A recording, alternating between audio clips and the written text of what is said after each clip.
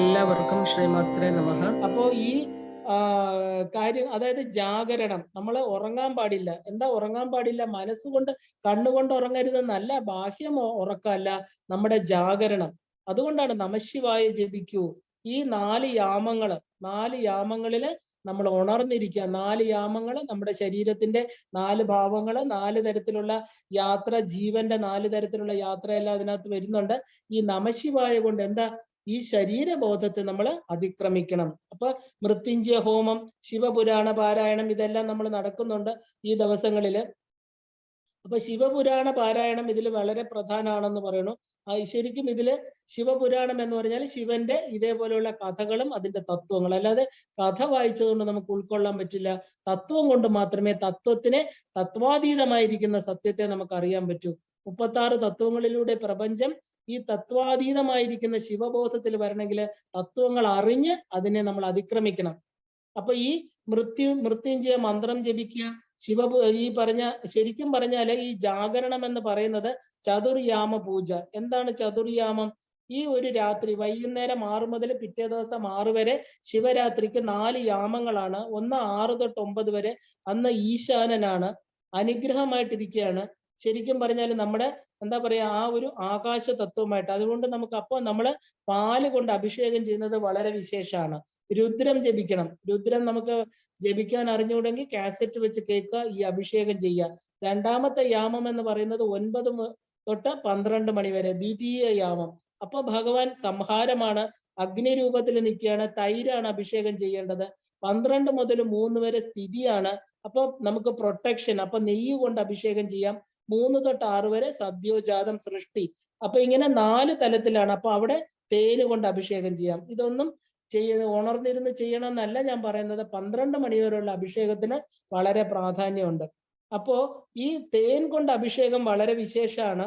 തേൻ അത് മോക്ഷസാധനാണ്. ജനന മരണ ചക്രത്തില് ശരിക്കും ശിവശക്തി രഹസ്യമാണ്. അതായത് ആ ഒരു സൃഷ്ടി, നമ്മൾ ഇനിയും ഒരു ജന്മത്തിലോട്ട് വരാതെ നമ്മൾ മധു എന്ന് പറയുമ്പോഴത്തേക്ക് അതിന് അമൃതത്വം കൊടുക്കുന്നുണ്ട്. അപ്പൊ മൃതമാകുന്ന ശരീരത്തില് അമൃതത്തെ അറിയുന്ന തത്വം, അതാണ് ശരിക്കും മധു കൊണ്ടുള്ള, തേൻ കൊണ്ടുള്ള അഭിഷേകം.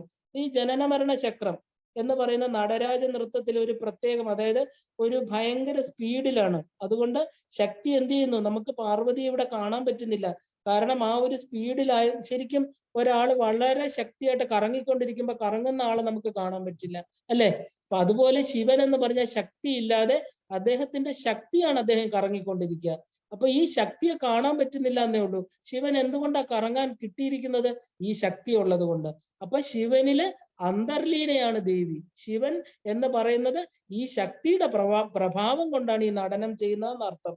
അപ്പൊ ഡാൻസറിനെ കാണാൻ പറ്റും, ആ ഡാൻസറിന്റെ ഉള്ളിൽ ഡാൻസ് കാണാൻ പറ്റും, ഡാൻസറിനെ കാണാൻ പറ്റില്ല, അല്ലെ? അപ്പൊ നമുക്ക് നടനം കാണാം. നമ്മുടെ പ്രപഞ്ചം എന്ന് പറയുന്ന ഈ വസ്തുക്കളെ നമുക്ക് കാണാം. ഇത് ചലിപ്പിച്ചുകൊണ്ടിരിക്കുന്ന ആ ശക്തിയെ നമുക്ക് കാണാൻ പറ്റുന്നില്ല. ഈ ശക്തിയെ പ്രകടമായിട്ട് കാണുന്നു. അതായത് ആ പ്രണവത്തിന്റെ ഉള്ളില്, ആ ശൂന്യതയിലാണ് നമ്മൾ ഉമയെ കാണുന്നത്, ദേവിയെ കാണുന്നത്. കാരണം ഈ ദേവിയുടെ ശക്തി പ്രഭാവമാണ് ഈ പ്രപഞ്ചത്തിലെ നടനങ്ങളെല്ലാം. നമ്മൾ തുടക്കത്തിൽ ഒരു ബിന്ദുവിനെ കാണുന്നു, ആ ബിന്ദു വൈബ്രേഷൻ ആയിട്ട് കാണുന്നു, പ്രകടമായിട്ട് ഈ പ്രപഞ്ചം വന്നു, അവിടെ ശിവനടനം വരുന്നു. ശക്തി ശിവന്റെ ഉള്ളിൽ നിന്ന് പുറത്തു വന്ന പഞ്ചകൃത്യങ്ങളിലൂടെ ഈ പ്രപഞ്ചത്തെ ഉണ്ടാക്കി രസിച്ച് ലാസ്യ നടനമാടിക്കൊണ്ടിരിക്കുന്നു. അങ്ങനെ ഒരു ദിവസം പ്രളയകാലം വരുമ്പം ഈ ശക്തി എന്ത് ചെയ്തു? ശിവന്റെ ഉള്ളിൽ മറഞ്ഞു. അപ്പൊ ഈ എപ്പോഴും ഇരിക്കുന്നത് ആരാണ്? ശിവന് ശക്തിയിലൂടെ മാത്രമേ പ്രകടമാവാൻ സാധ്യമുള്ളൂ. അപ്പോ എപ്പോഴും ഉള്ളത് ശിവൻ. ശക്തി വന്നു പോകുന്നതാണ്. ശക്തിക്ക് സ്വേച്ഛയായിട്ട് വരാനും പോകാനും പറ്റും. അപ്പൊ നമ്മൾ ദൃശ്യത്തിലൂടെ, നൃത്തത്തിലൂടെ നാം ശക്തിയുടെ ആരെയാണ് കാണേണ്ടത്? ശിവനെയാണ് കാണേണ്ടത്. കാരണം ശിവനേ ഉള്ളൂ. ശിവൻ ശക്തിയായിട്ട് ഭാവിക്കുകയാണ്. ശിവൻ തന്നെയാണ് ശക്തിയായിട്ട് മാറുന്നത്. ഇതാണ് ശിവരഹസ്യം എന്ന് പറയുന്നത്, ശിവ നടന രഹസ്യം. നമ്മൾ പറഞ്ഞില്ലേ, പരബ്രഹ്മം ഭ്രമയതി വിശ്വം. മായയിലൂടെ അമ്മ എന്താ ചെയ്യുന്നത്? ഈ വിശ്വത്തെ ഭ്രമിപ്പിച്ചുകൊണ്ടിരിക്കുക. പരബ്രഹ്മ മഹിഷി, പരബ്രഹ്മത്തിന്റെ ആ ഒരു ഭാര്യയായിട്ടിരിക്കുന്ന ദേവി ആ ശിവനെ ഭ്രമിപ്പിച്ച്, ശിവന്റെ പല രൂപങ്ങളെ ശിവന്, അതാണ് വിശ്വം ദർപ്പണ ദൃശ്യമാന നഗരി തുല്യം നിജാന്തർഗതം. ഈ അകത്ത് കാണിച്ചുകൊണ്ടിരിക്കുക. അതിന്റെ ദർപ്പണം, അതാണ് വിമർശ ശക്തി. എന്തൊക്കെ പ്രകടമാകുന്നു അത് വിമർശം. ഉള്ളത് പ്രകാശം. ആ പ്രകാശത്തിൽ നിന്ന് വിമർശ ശക്തി ഈ പ്രകൃതിയിലൂടെ, ദൃശ്യങ്ങളിലൂടെ, നൃത്തത്തിലൂടെ നമ്മള് പലതരത്തിലുള്ള നാമരൂപങ്ങളായി ഭഗവാൻ നീനായതും ഭഗവതി മാനായതും ജനനി നീ അവസാനം എന്താ പറയണേ? നീ നാമരൂപമതിൽ നാനാവിധ പ്രകൃതി മാനായി നിന്നറിയും ആ അല്ലയോ ഹേ നാദരൂപിണി അഹോ നാടകം നിഖിലവും. ഈ അമ്മയുടെ നാടകം ഇത് എന്നാണ് അമ്മ തീരുന്നത്? എത്ര ജന്മങ്ങളായി ഇത് ഞാൻ അനുഭവിച്ചുകൊണ്ടിരിക്കുന്നു. അപ്പൊ യഥാർത്ഥ സത്യം നമുക്ക് ശിവരാത്രിയിൽ അറിയണം.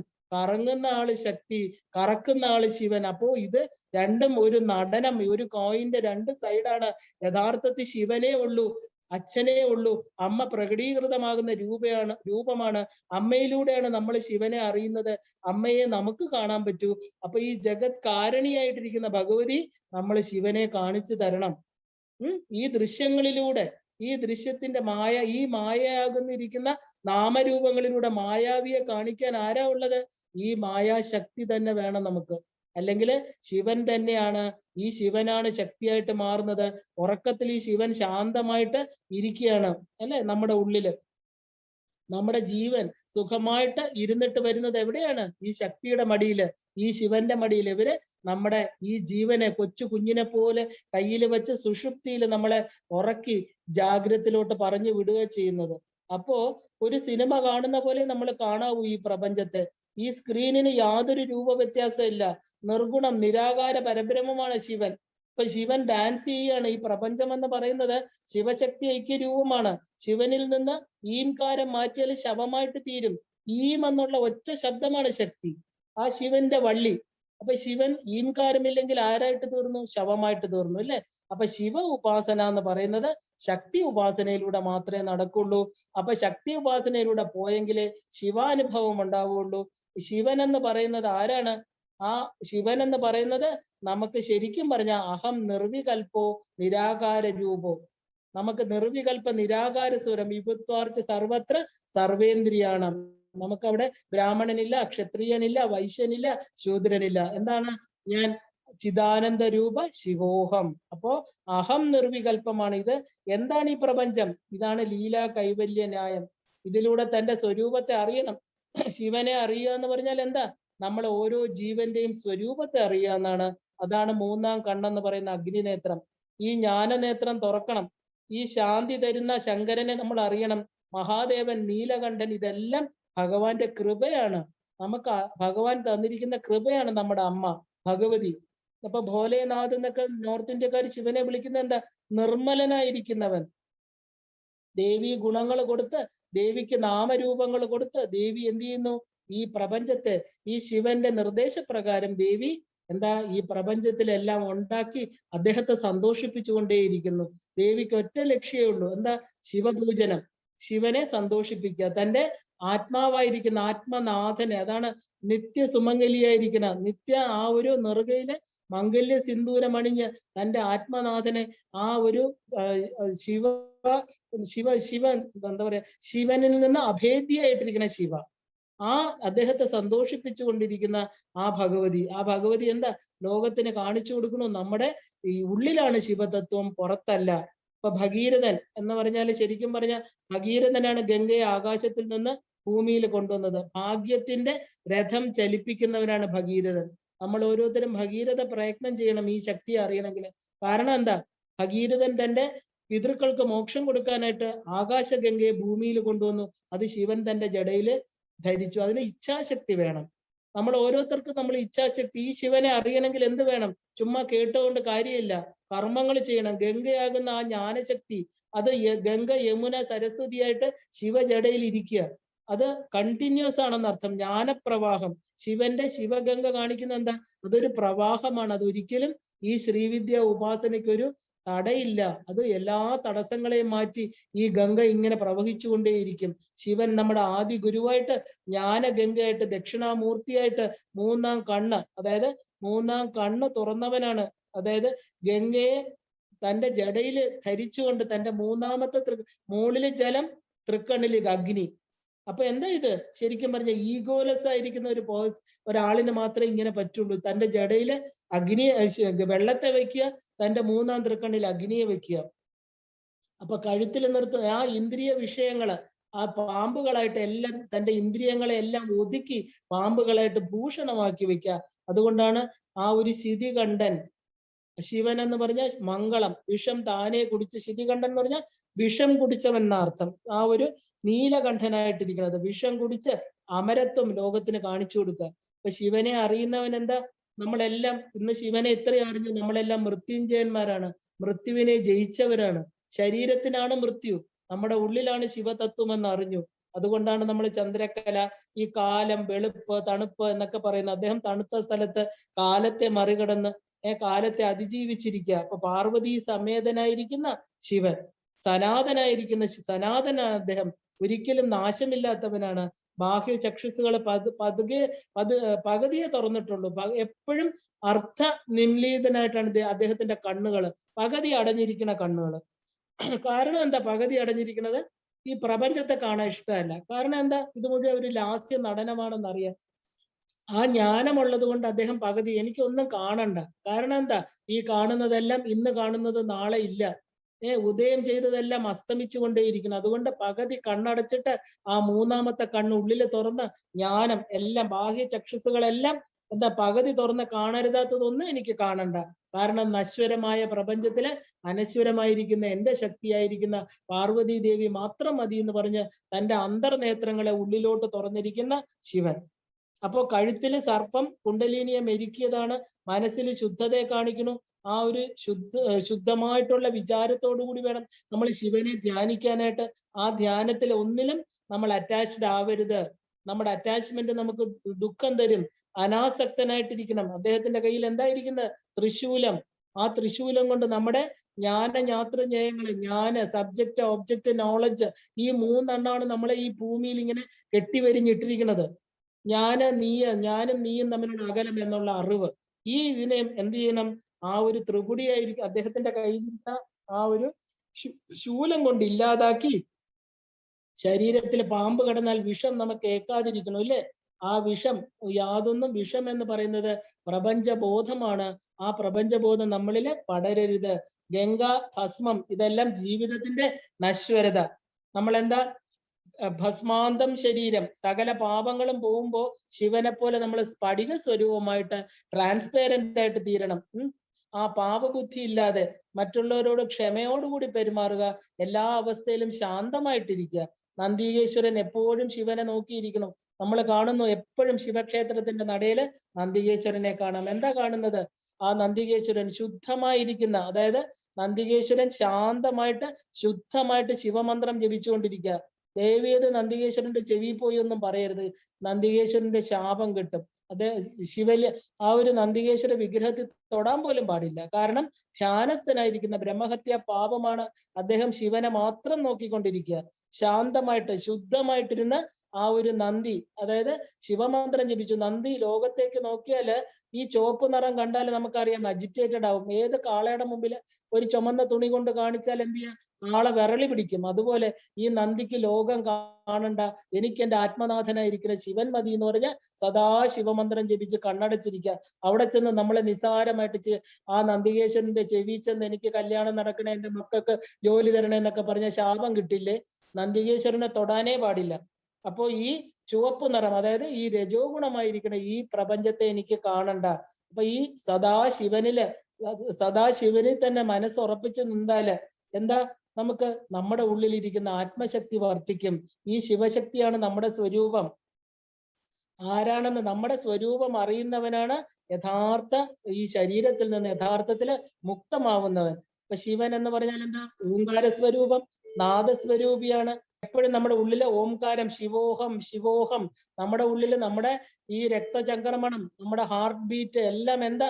സോഹം ഓം, ശിവോഹം സോഹം സോഹം ഹംസ. ഇതാണ് അജപ ഗായത്രി. ആ പ്രണവ മന്ത്രം നമ്മുടെ ഉള്ളില് നമ്മൾ അറിയാതെ ജപിച്ചുകൊണ്ടിരിക്കണം. ആരാ ജപിക്കുന്നത്? ഈ ഒരു ജീവാത്മാവ്. കാരണം എവിടെ നിന്ന് വന്നോ ആ അച്ഛനെയും അമ്മയും ജീവാത്മാവ് മറക്കില്ല. സദാ നമ്മൾ അറിയാതെ നമ്മൾ ഉറങ്ങുമ്പോഴും ഈ അതായത് ഓംകാരം എന്ന പ്രണവ മന്ത്രം നമ്മുടെ ശ്വാസോച്ഛ്വാസത്തിലൂടെ സോഹം ഹംസ മന്ത്രമായിട്ട് ഒഴുകിക്കൊണ്ടേയിരിക്കുന്നു.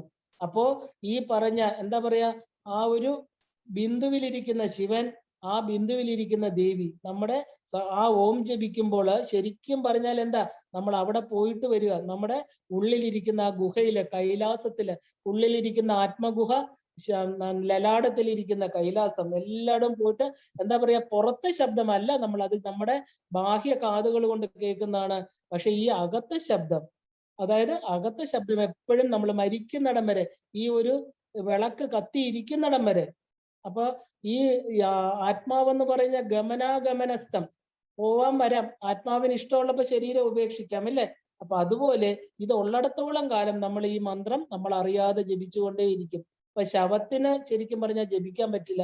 എപ്പോഴാണോ നമ്മുടെ ശരീരത്തിൽ നിന്ന് ഈ മംഗളവസ്തു പോകുന്നത്, അപ്പോ നമ്മള് ശവമായിട്ട് തീരും. അപ്പൊ ഉണർന്നിരിക്കുമ്പോ, ഈ നമുക്ക് ബോധമുള്ളപ്പോ ഈ ശിവാനുഭവം നമ്മുടെ ഉള്ളില് വേണം. അത് പൂർണ്ണമാണെന്ന് മനസ്സിലാക്കൂ. കാരണം അത് ജനന മരണങ്ങൾ ഇല്ലാത്ത വസ്തുവാണ് നമ്മുടെ ഉള്ളിലിരിക്കുന്നത്. അതുകൊണ്ടാണ് നമ്മള് മൃത്യുഞ്ജയൻ, മൃത്യുവിനെ ജയിച്ചവനാണ് ശിവൻ എന്ന് പറയാൻ. ഈ മഹേശ്വരൻ, ഈശ്വരൻ. അപ്പൊ സാധനങ്ങളെല്ലാം നമ്മൾ എല്ലാം തന്നെ മനസ്സിൽ ഉള്ളിൽ കൊണ്ടുവരണം, അല്ലെ? ആ ഒരു കോൺസെൻട്രേറ്റ് ചെയ്ത ആഴത്തിലുള്ള ശിവരൂപത്തെ നമുക്ക് തിരിച്ചറിയാനായിട്ട് ഈ ശിവരാത്രി നമ്മൾ പ്രാർത്ഥിക്കണം. നമ്മുടെ ജ്ഞാനനേത്രം തുറക്കണം. ആ ശരീരബോധത്തിൽ നിന്ന് ഉയരണം. ആ ഭസ്മം പൂശി കൈലാസത്തെ ഉള്ളിൽ കൊണ്ടുവന്ന് ചലിക്കാത്ത അചലമായിരിക്കുന്ന ശിവത്തെ നമ്മൾ കാണണം. ഈ 10 ഇന്ദ്രിയങ്ങളെ, 10 തല, അതായത് രാവണന് 10 തലയാണ്, 10 ഇന്ദ്രിയങ്ങള്, ജ്ഞാനേന്ദ്രിയങ്ങളും കർമ്മേന്ദ്രിയങ്ങളും. അപ്പൊ ഈ രാവണൻ ഭയങ്കര ശിവഭക്തനായിരുന്നു. എന്നിട്ടും ശരീരബോധം ഇന്ദ്രിയങ്ങളിൽ രമിച്ചത് കൊണ്ടാണ് രാവണന് രാമന്റെ കൈകൊണ്ട് മരണം വന്നത്. ആ രാമന്റെ കൈകൊണ്ട് മരണം വന്നപ്പോ എന്ത് ചെയ്തു? അദ്ദേഹത്തിന് ഇനി ഒരിക്കലും ദേഹത്തിലേക്ക് വരാതെ വിഷ്ണുപദം പോകാൻ പറ്റി, വിഷ്ണുവിന്റെ പാർശ്വതനായിട്ട് തിരിച്ചു പോകാൻ പറ്റി. അപ്പോ ശിവൻ എന്ന് പറഞ്ഞാല് എന്താ പറയാ, ഗുരുത്വമാണ് നമ്മുടെ ഉള്ളിലിരിക്കുന്ന ഗുരുവിനെ. ആ ഗുരു തത്വമാണ്. നശിപ്പിക്കേണ്ടതായിരിക്കുന്നതിനെ നശിപ്പിക്കണം. നാശം എന്ന് പറയുന്നത് അജ്ഞാനത്തിന്റെ ആയിരിക്കണം. ശിവനെ ബാഹ്യത്തിൽ കണ്ട് പൂജിക്കാൻ പാടില്ല. കാരണം ബാഹ്യത്തിൽ കുറെ ആയുധങ്ങളായിട്ട് വെച്ച് നമ്മുടെ എന്താ പറയാ, അങ്ങനെ ഇരിക്കുന്ന ആളല്ല ശിവൻ. അപ്പൊ ശിവൻ എന്ന് പറയുന്നത് അജ്ഞാനം മാറ്റി ശിവഗംഗയാകുന്ന ജ്ഞാനത്തിൽ കുളിച്ച് നമ്മുടെ മനസ്സ് ശിവപാദത്തിൽ എത്തിച്ചേരണം. ആ ശിരസിൽ ചുറ്റിയ ശിവന്റെ ശിരസിന്റെ ചുറ്റിലുമുള്ള ഒരു പ്രകാശ മണ്ഡലം, അതാണ് ജ്ഞാനപ്രകാശം. അപ്പൊ നമ്മള് ശരിക്കും പറഞ്ഞ ഒരു ക്ലാരിറ്റി ഓഫ് മൈൻഡ് അത് ഉണ്ടാവണം. എന്നാലേ നമുക്ക് ഈ ശിവബോധം ഉണ്ടാവുള്ളൂ. നമ്മളെല്ലാം ശിവനാണ്. പക്ഷെ ജീവനായതുകൊണ്ട്, ഈ ലിമിറ്റഡ് ആയിരിക്കുന്ന ശരീരമായതുകൊണ്ട് നമുക്ക് തോന്നുന്നു നമ്മളെല്ലാം ഇതിനകത്ത് കുടുങ്ങിക്കിടക്കുകയാണ്. നല്ല, നമ്മൾ ശരിക്കും സ്വതന്ത്രമായിരിക്കുന്ന, എല്ലായിടത്തും വ്യാപിച്ചു കിടക്കുന്ന ശിവൻ തന്നെയാണ്. അദ്ദേഹം സുന്ദരനാണ്. ശിവൻ എന്ന് പറഞ്ഞാൽ അദ്ദേഹം പ്യുവറാണ്. സത്യം, ശിവം, സുന്ദരം, അല്ലെ? അപ്പൊ ഈ ആദിനാഥനായിരിക്കുന്ന ശിവൻ, നമ്മുടെ നാഥ് സമ്പ്രദായം എന്ന് പറയുന്ന ശ്രീവിദ്യാ സമ്പ്രദായം അദ്ദേഹത്തിൽ നിന്ന് തുടങ്ങിയതാണ്. ശിവൻ പത്മാസനത്തിൽ സദാ അന്തർമുഖനായിട്ട് യോഗേശ്വരനായിരിക്കുന്ന ശിവനിൽ നിന്നാണ് ഈ നാഥ് സമ്പ്രദായം തുടങ്ങുന്നത്.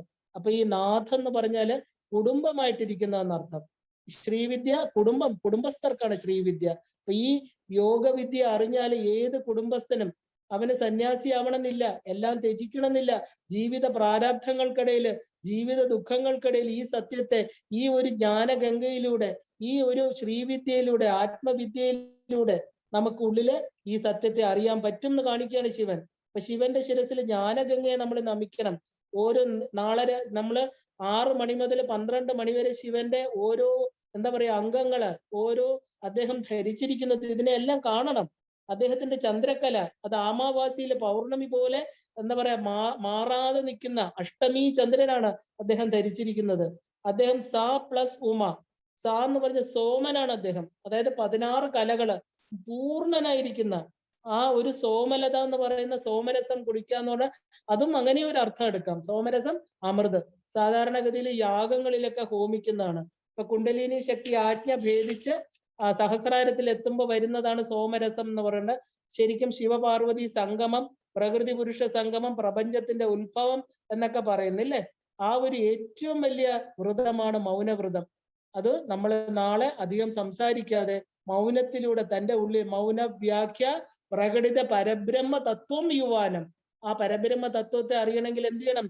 പുറത്തോട്ടുള്ള എനർജി കളയാതെ മൗനത്തിലൂടെ രാവിലെ മുതൽ ശുദ്ധമായിട്ട് കുളിച്ച് തന്റെ കർമ്മങ്ങളൊക്കെ ചെയ്ത് ജാഗരൂപനായിട്ടിരിക്കുക.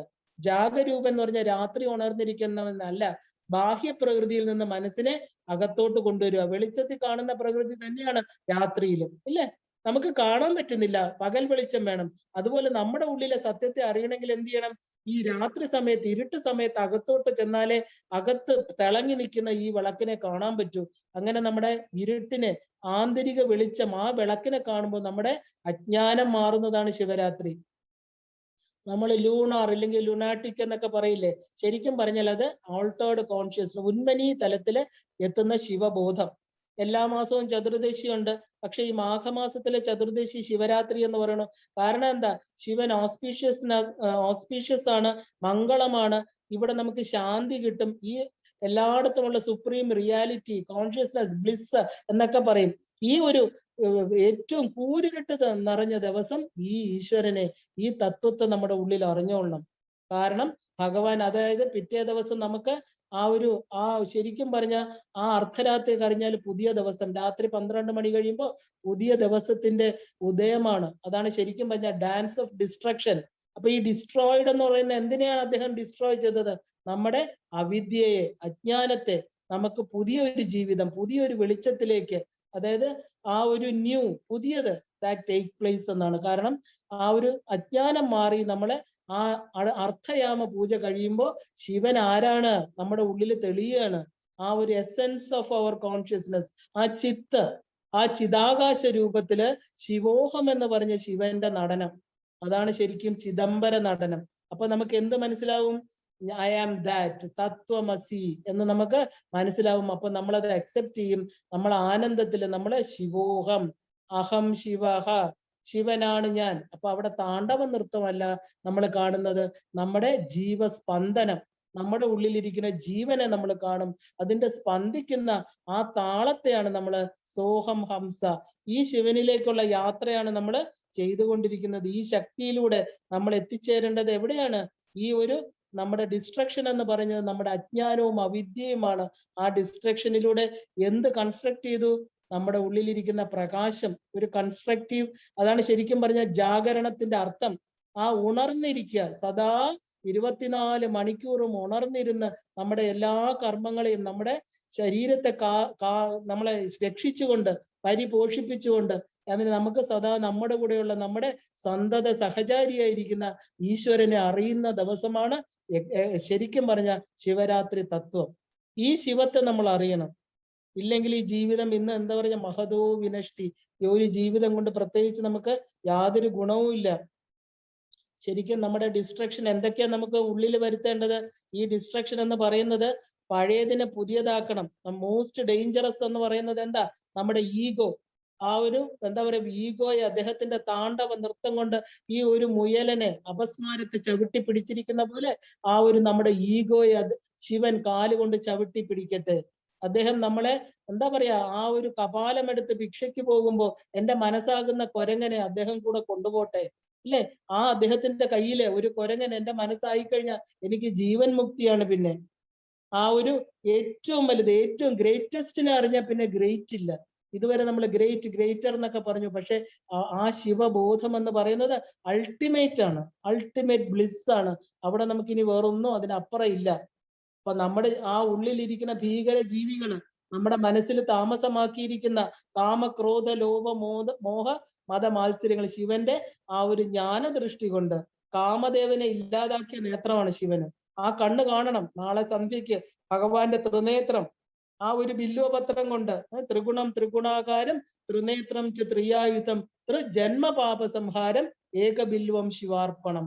ആ ഒരു എന്താ പറയുക, ബില്വപത്രം കൊണ്ട് ഒരു കൂവളത്തല ഭഗവാന് വെക്കുമ്പോ, അല്ലയോ ഭഗവാനെ എന്റെ ജ്ഞാനചക്ഷുസ് തുറക്കട്ടെ, എന്റെ ഈ പറയുന്ന മാംസചക്ഷുസുകള്, ഞാൻ ഈ കണ്ടുകൊണ്ടിരുന്ന പ്രപഞ്ച ബോധത്തിൽ നിന്ന് എന്നെ ശിവബോധത്തിലേക്ക് ഉണർത്തൂ. ആ കാമദേവനെ ഇല്ലാതാക്കിയ നേത്രം എന്താ? നമ്മുടെ ഡിസയേഴ്സ്, കാമങ്ങള് നമ്മളെ ഈ പ്രപഞ്ചവുമായിട്ട് എപ്പോഴും നമ്മളെ ബന്ധിപ്പിച്ചുകൊണ്ടേയിരിക്കുന്നു. ആ ഈഗോ എനിക്ക് ഇല്ലാതായി പോട്ടെ. അതുകൊണ്ടാണ് എനിക്ക് ഈഗോ വരുന്നത്.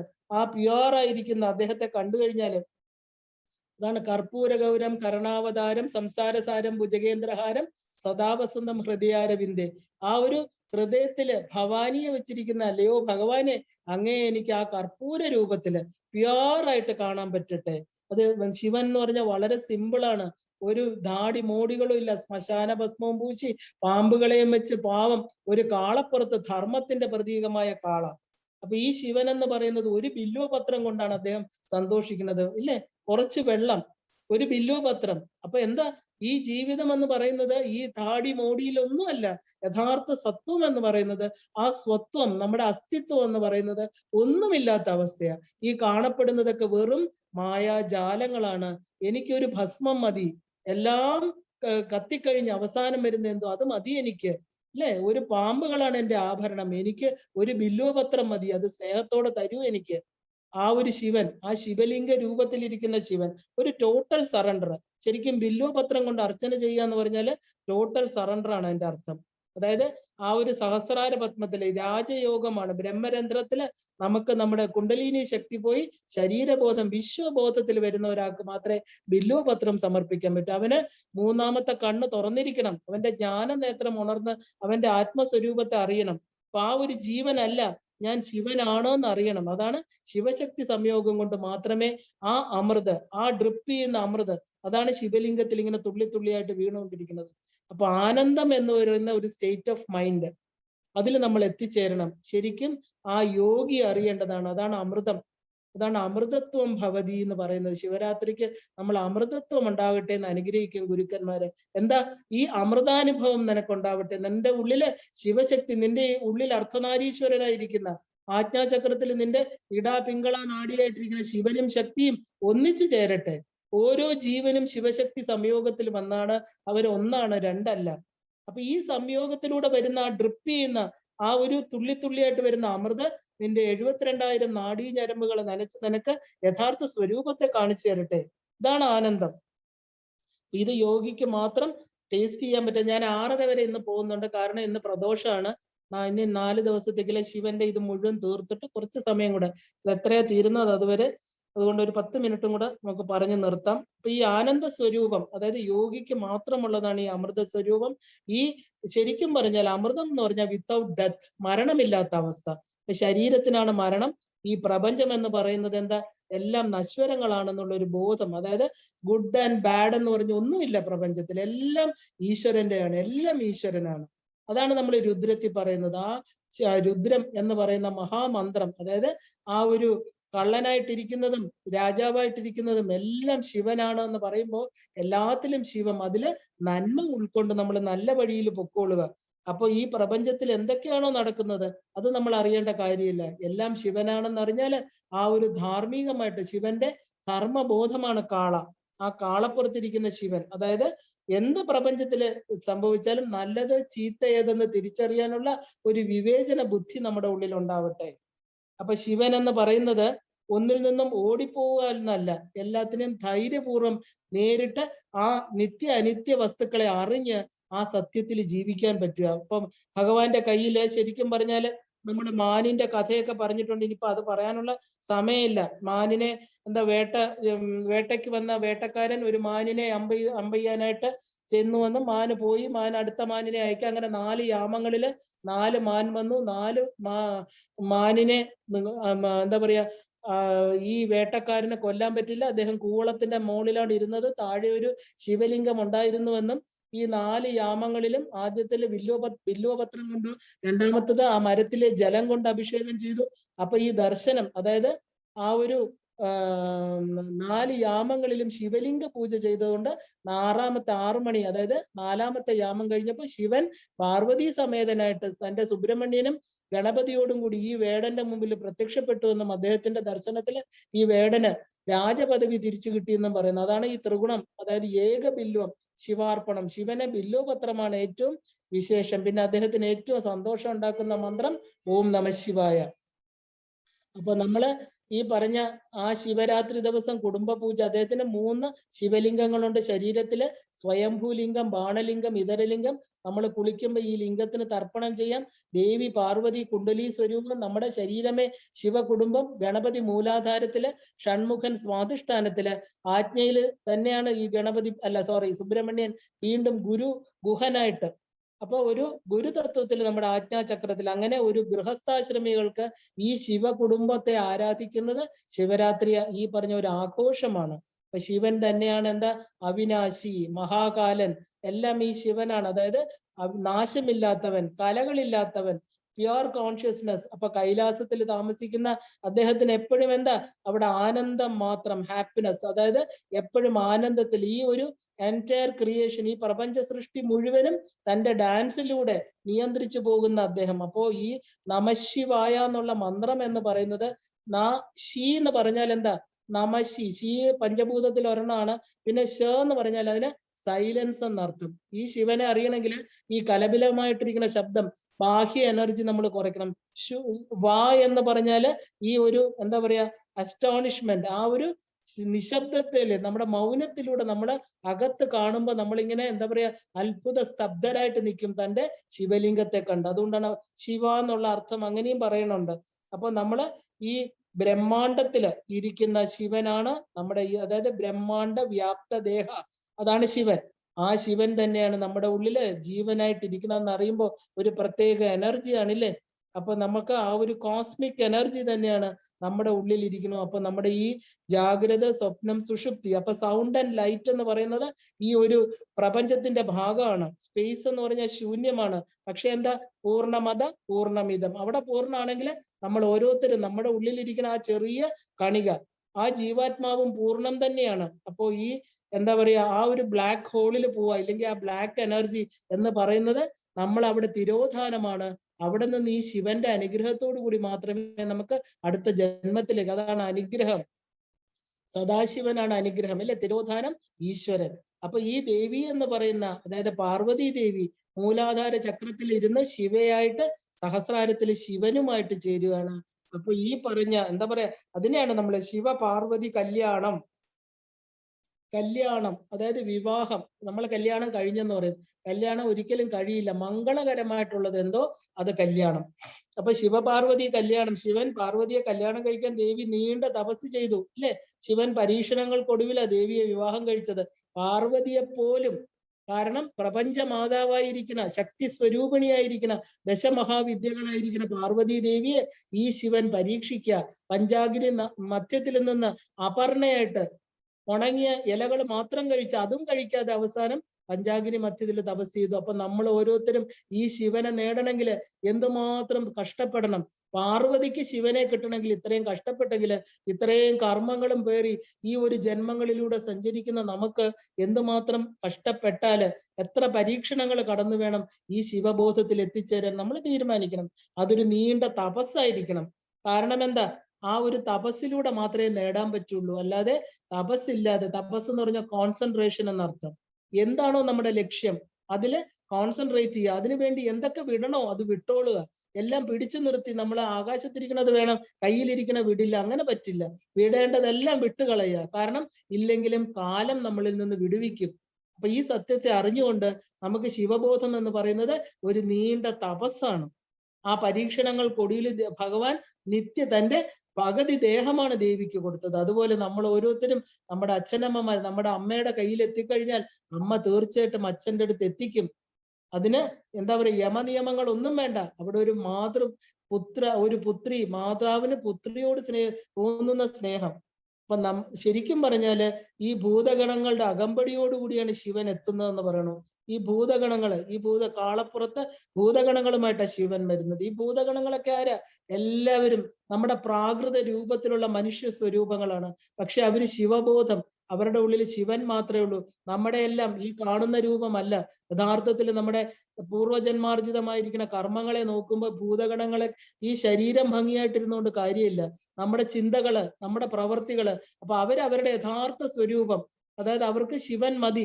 അവരുടെ ബാഹ്യരൂപം എങ്ങനെയായിക്കോട്ടെ, കാളി കൂളി ഈ പറഞ്ഞ പോലെ ഭൂതപ്രേത പിശാച സഹിതമാണ് വരുന്നത് ഭഗവാൻ. അപ്പൊ ഭഗവാനോട് അവർ പറയുന്നു, ഞങ്ങളുടെ ബാഹ്യരൂപം എന്തോ ആയിക്കോട്ടെ ഭഗവാനെ, ഞങ്ങൾക്ക് അങ്ങ് മതി. അങ്ങ് എന്ന് പറയുന്ന രൂപം അത് മംഗളമായിട്ടുള്ളത് ഞങ്ങളുടെ ഹൃദയപത്മത്തിലുണ്ട്. ഞങ്ങളുടെ ശരീരം ഇത്രയും എന്താ പറയാ വൃത്തികെട്ട ശരീരമായിരുന്നാലും അങ്ങുണ്ടല്ലോ ഞങ്ങളുടെ കൂടെ എന്ന് പറഞ്ഞിട്ട് ഈ ഒരു ഭൂതപ്രേതാദികളൊക്കെ ശിവനോട് വരുന്നത്.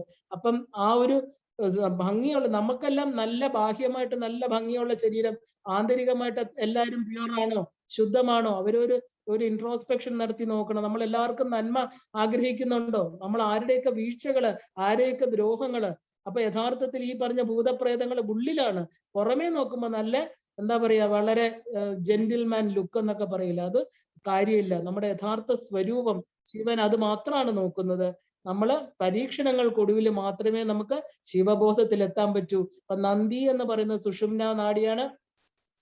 നമ്മുടെ മൂലാധാര ചക്രത്തിൽ കുണ്ടലിനി ഉണരുമ്പോൾ ജന്മങ്ങളിലെ അനേക ജന്മങ്ങളിലെ സങ്കടങ്ങള്, വാസനകള്, ഭയം, ക്രോധം, ഇതെല്ലാം നമ്മുടെ ഗുരു സാന്നിധ്യം, അതായത് ശിവബോധം നമ്മുടെ ഉള്ളിൽ വരുമ്പോൾ ഈ നന്ദിയാകുന്ന സുഷുമ്നാ നാഡിയിലൂടെ ഈ ദേവി സഞ്ചരിച്ച്, നമ്മള് വെളുത്ത കാളപ്പുറത്താ ദേവി സഞ്ചരിക്കുന്നത്. അപ്പൊ ഭഗവാന്റെ തന്നെ ധർമ്മമാകുന്ന കാളപ്പുറത്ത് നമ്മുടെ സുഷുമ്നാ നാഡിയിലൂടെ ഈ ശക്തി മോളിലേക്ക്, ആ സുഷുമ്നയിലൂടെ മോളിൽ എത്തുമ്പോ എന്ത് ചെയ്യും? ശിവനുമായിട്ട് ചേർന്ന് മൂലാധാരത്തിൽ തിരിച്ചെത്തും. അതാണ് പ്രകൃതി പുരുഷ സംയോഗം. അങ്ങനെ ശിവ ശക്തി സംയോഗം അവരൊരുമിച്ച് സദാ ഒരുമിച്ചിരിക്കും. ഇപ്പൊ സ്വയംഭൂലിംഗം എന്ന് പറയുന്നത് ധൂമ്രവർണ്ണാണ്, അജ്ഞാനമാണ് അത് ആവരണം ചെയ്തിരിക്കുന്നത്. ഈ അജ്ഞാനം ഇവിടെ ഭഗവാൻ ശരിക്കും പശുപതിയാണ്, നമ്മുടെ മൂലാധാരത്തിൽ ഇരിക്കുന്ന ആ സ്വയംഭൂലിംഗം. അപ്പൊ അവിടെ മന്ത്രസാധന നിത്യം നമുക്ക് അവിടെ മന്ത്രം ജപിക്കണം, അവിടെ ശുദ്ധമാക്കണം. എന്നാൽ നിഷ്ഠയോടെ ചെയ്യുന്ന മന്ത്രങ്ങൾ, ഇപ്പൊ മന്ത്രം, യന്ത്രം, ഈ ഉപാധികളെല്ലാം സ്വീകരിക്കണം. എന്നിട്ട് അവിടെ ശുദ്ധമാവണം. 12 വർഷം സാധന ചെയ്യണം നമ്മള്. ശിവരാത്രി ഓരോ ദിവസവും ഉപവാസം, ജാഗരണം, വ്രതാനുഷ്ഠാനങ്ങൾ. വ്രതം എന്ന് പറഞ്ഞാൽ എന്താ? ഒരു ദൃഢമായിട്ടുള്ള തീരുമാനം. അല്ലാതെ വ്രതം എന്ന് പറഞ്ഞാൽ പട്ടിണി കിടക്കുക എന്നല്ല അർത്ഥം. ശരിക്കും പറഞ്ഞാൽ നമ്മള് യഥാർത്ഥമായിട്ട് ഒരു തീരുമാനം എടുത്ത് ആ തീരുമാനത്തിൽ ഉറച്ചു നിൽക്കുക. അപ്പൊ ആ ഒരു സാധാരണ ക്ഷേത്രങ്ങളില് ദേവിയുടെ ബിംബങ്ങളെയാണ് നമ്മൾ ആരാധിക്കുന്നത്. എന്നാൽ ശിവക്ഷേത്രങ്ങളിൽ ലിംഗരൂപത്തിൽ തന്നെയാണ്, ശിവലിംഗത്തിൽ തന്നെയാണ് ദേവിയെ ആരാധിക്കുന്നത്. ഇപ്പൊ ജ്യോതിർലിംഗം എന്ന് പറഞ്ഞാൽ ആത്മശക്തിയെ കാണിക്കുന്നു. വജ്രം, സ്ഫടികം, ഇതിലൊക്കെ പണ്ട് ശിവലിംഗങ്ങൾ ഉണ്ടാക്കുമായിരുന്നു. ഭഗവാൻ പ്രകാശ സ്വരൂപമാണെന്ന് കാണിക്കാനാണ്. നമ്മുടെ ശരീരത്തിൽ കുടികൊള്ളുന്ന ആ പരമാത്മാവ് ജ്യോതി സ്വരൂപനാണെന്ന് അറിഞ്ഞ്, മാതാവും പിതാവുമാണെന്നറിഞ്ഞ്, നമ്മുടെ ഉള്ളിൽ തന്നെയാണ് ശിവനും ദേവിയും എന്നറിഞ്ഞ് ആ ശിവപൂജയ്ക്ക് പ്രത്യേകതയുണ്ട്. കാരണം എന്താ? ഒരു ഒരുക്കുകൂട്ടലും വേണ്ട. ഭഗവാന് വേണ്ടി നമ്മൾ വസ്തുക്കൾ അന്വേഷിച്ച് നടക്കണ്ട. എന്താ വേണ്ടത്? ഒരിറ്റ് ജലം, ഒരു ബില്വപത്രം, ഇത്രയും മതി ഭഗവാന്. കുറച്ച് ഭസ്മം. ഇപ്പൊ എത്ര രൂപയാകും കൂടി വന്നാല്? ഇത് നമ്മുടെ മനസ്സ്, ശരിക്കും പറഞ്ഞാൽ നമ്മുടെ മനസ്സ് ഈ ഒരു തത്വത്തെ അറിയണം. ആ ധാര കൊടുക്കുമ്പോ ആ ശിവലിംഗത്തില് ശിവ വെള്ളം ധാരധാരയായിട്ട് ഒഴിക്കുമ്പോ എൻ്റെ ആത്മലിംഗത്തിലാണ് ഞാൻ ധാര നടത്തുന്നത്. എൻ്റെ സ്ഥിരമായിട്ട് ഈ ധാര എന്താ? നമ്മുടെ മുറിഞ്ഞു പോകാത്ത സദാ ശിവധ്യാനമാണ് ധാര. വെള്ളം ഇങ്ങനെ ധാര എന്ന് പറയുമ്പോൾ മുറിഞ്ഞു പോവില്ല, അത് നിന്നു പോവില്ല.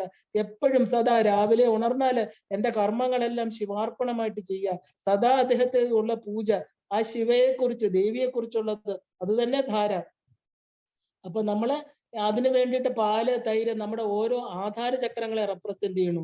പാലും തൈരും ജലവും അതെല്ലാം പ്യുവറാണ്. അതായത് നമ്മുടെ സ്വാധിഷ്ഠാന, മൂലാധാര, മണിപൂരക ചക്രങ്ങളില് അഴുക്ക്, ജന്മാന്തരങ്ങളിൽ കൊണ്ടുവന്ന അഴുക്ക് മാറട്ടെ. അതാണ് ഈ പാലും തൈരും ഒക്കെ ഒഴിക്കുന്നത്. ഇപ്പൊ ശിവലിംഗത്തില് 3 ഭസ്മക്കുറികള് നമ്മൾ കാണാറുണ്ട്. അത് ബ്രഹ്മ, വിഷ്ണു, ശിവൻ, 3 ഗുണങ്ങള്. അതാണ് ത്രിഗുണം, ത്രിഗുണാകാരം. ആ 3 ഗുണങ്ങളാണ്. അതായത് നടുക്ക് കുങ്കുമം, അതായത് ഈ 3 ഗുണങ്ങള് ദേവി, കുങ്കുമത്തോടു കൂടി ഇരിക്കുന്ന ദേവി. 36 തത്വങ്ങള് അമ്മ ഈ പ്രപഞ്ചത്തെ ഉണ്ടാക്കണു. 3 വരകള് ബ്രഹ്മ, വിഷ്ണു, രുദ്രനായിട്ട് കാണാം, ത്രിഗുണങ്ങളായിട്ട് കാണാം. അതിന്റെ നടുക്ക് കുങ്കുമം, ദേവി ചൈതന്യം.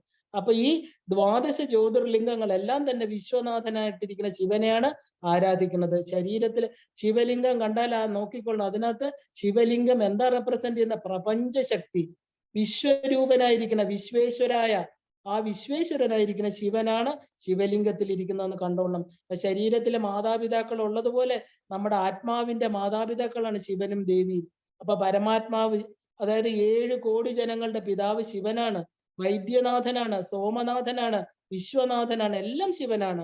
ദുഃഖത്തെ ഇല്ലാതാക്കി സുഖം തരുന്ന ആളാ ശിവൻ. കാരണം എന്താ? അദ്ദേഹം മംഗളസ്വരൂപനാണ്. അദ്ദേഹത്തിന്റെ ദൃശ്യമാത്രയിൽ തന്നെ ഒരു സുഖം, ഒരു സന്തോഷം, ഒരു ആത്മാവിന് കുളിർമയൊക്കെ. കാരണം മഞ്ഞുമലയിൽ ഇരിക്കുന്ന ആ ശിവരൂപം, തന്റെ ഉള്ളിൽ തന്റെ ശക്തിയെ മാത്രം ചിന്തിച്ചു കഴിയുന്ന ശിവൻ. ഈ 12 ജ്യോതിർലിംഗങ്ങള് മുക്തിപഥങ്ങളാണ്. കാരണം ശിവശങ്കരൻ, ശിവനും ശങ്കരനും. അപ്പൊ ശിവൻ എന്ന് പറഞ്ഞാല് ജ്യോതി സ്വരൂപമായിരിക്കുന്നത് ശങ്കരൻ, അതാണ് ശിവനും ശങ്കരനും. അപ്പൊ ഈ എന്താ പറയാ, പകുതി അടഞ്ഞ കണ്ണ്, അതായത് അദ്ദേഹത്തിന്റെ താപസം, അതായത് തന്റെ ഉള്ളിലിരിക്കുന്ന ആ ഒരു ആത്മാവിനെ കുറിച്ചുള്ള ആ ഒരു തപസ്. അപ്പൊ ഇങ്ങനെ പ്രതീകാത്മകമാണ് ഈ ശിവന്റെ ആ ഒരു ശിവൻ, പാർവതി, ഗണപതി, സുബ്രഹ്മണ്യൻ, ഇതൊക്കെ തന്നെ ഗൃഹസ്ഥനായിരിക്കുന്ന ശിവനെ കാണിക്കുന്നു. അപ്പൊ യോഗ ജീവിതം, ഗൃഹസ്ഥനായിട്ടിരുന്നാലും അവനൊരു യോഗ ജീവിതമുണ്ട്. അവൻ യോഗത്തില്, അതായത് തന്റെ ശിവശക്തി സംയോഗം, ആ യോഗത്തിന് വേണ്ടി നമ്മൾ ബാഹ്യമായിട്ടുള്ള ആ ബഹിരംഗ സാധനയിലൂടെ നമ്മൾ അന്തരംഗ സാധനയിൽ ഈ യോഗത്തെ നേടിക്കൊള്ളണം. അതാണ് സദാ ജാഗരൂപം ആയിട്ടിരിക്കണം എന്ന് പറയാൻ കാരണം. യോഗ ജീവിതമായിരിക്കണം, ധാർമ്മികമായിട്ടുള്ള ജീവിതമായിരിക്കണം. ഈ പറഞ്ഞ ജഡയിലിരിക്കുന്ന ജ്ഞാനഗംഗയെ നമുക്ക് വേണം. ഗംഗ എന്ന് പറഞ്ഞാൽ ജ്ഞാനം. അപ്പൊ അത് നമ്മുടെ ബുദ്ധിയിൽ ഉണ്ടായിരിക്കണം. അപ്പൊ എന്നാലേ നമ്മുടെ ജ്ഞാനക്കണ്ണ് തുറക്കുള്ളൂ. ആത്മാവാണ്, അതായത് ഒരു യോഗിക്ക് മാത്രമേ തന്റെ കർമ്മേന്ദ്രിയങ്ങൾ നിയന്ത്രിക്കാൻ പറ്റൂ. അപ്പൊ ജ്ഞാനേന്ദ്രിയങ്ങൾ പലതും കൊണ്ടുവരും, അതനുസരിച്ച് നമ്മുടെ കർമ്മങ്ങളെ നമ്മൾ ഒരിക്കലും സെറ്റ് ചെയ്യരുത്. കാരണം ജ്ഞാനേന്ദ്രിയങ്ങൾ കൊണ്ടുവരുന്നത് അത് എന്താണ്, നമ്മുടെ മനസ്സിൽ വരുന്ന കർമ്മങ്ങളെ ബുദ്ധിയാകുന്ന മൂശയിലിട്ട്. അതുകൊണ്ടാണ് ഭഗവാൻ ഭഗവത്ഗീതയിൽ പറഞ്ഞത് വ്യാമിശ്രേത് നതശീർഷാണി യഥേച്ഛസി തഥാകുരു. നിന്റെ ബുദ്ധിയാകുന്ന മൂശയിലിട്ട് നിന്റെ കണ്ണുകളും കാതുകളും ചെവികളും വാക്കുകളും കൊണ്ടുവരുന്നത് സത്യമാണ്, അത് ബുദ്ധിക്ക് കൊടുക്കൂ. ബുദ്ധി ചിന്തിച്ച് തീരുമാനമെടുക്കട്ടെ. അതായിരിക്കണം നമ്മുടെ. അതുകൊണ്ടാണ് ഈ പറഞ്ഞ ജ്ഞാനത്തിന് ഇത്രയും പ്രാധാന്യം കൊടുക്കുന്നത്. അപ്പോ ഈ ഒരു കർമ്മേന്ദ്രിയങ്ങളെ വളരെ ശ്രദ്ധിച്ചേ കർമ്മം ചെയ്യാവൂ.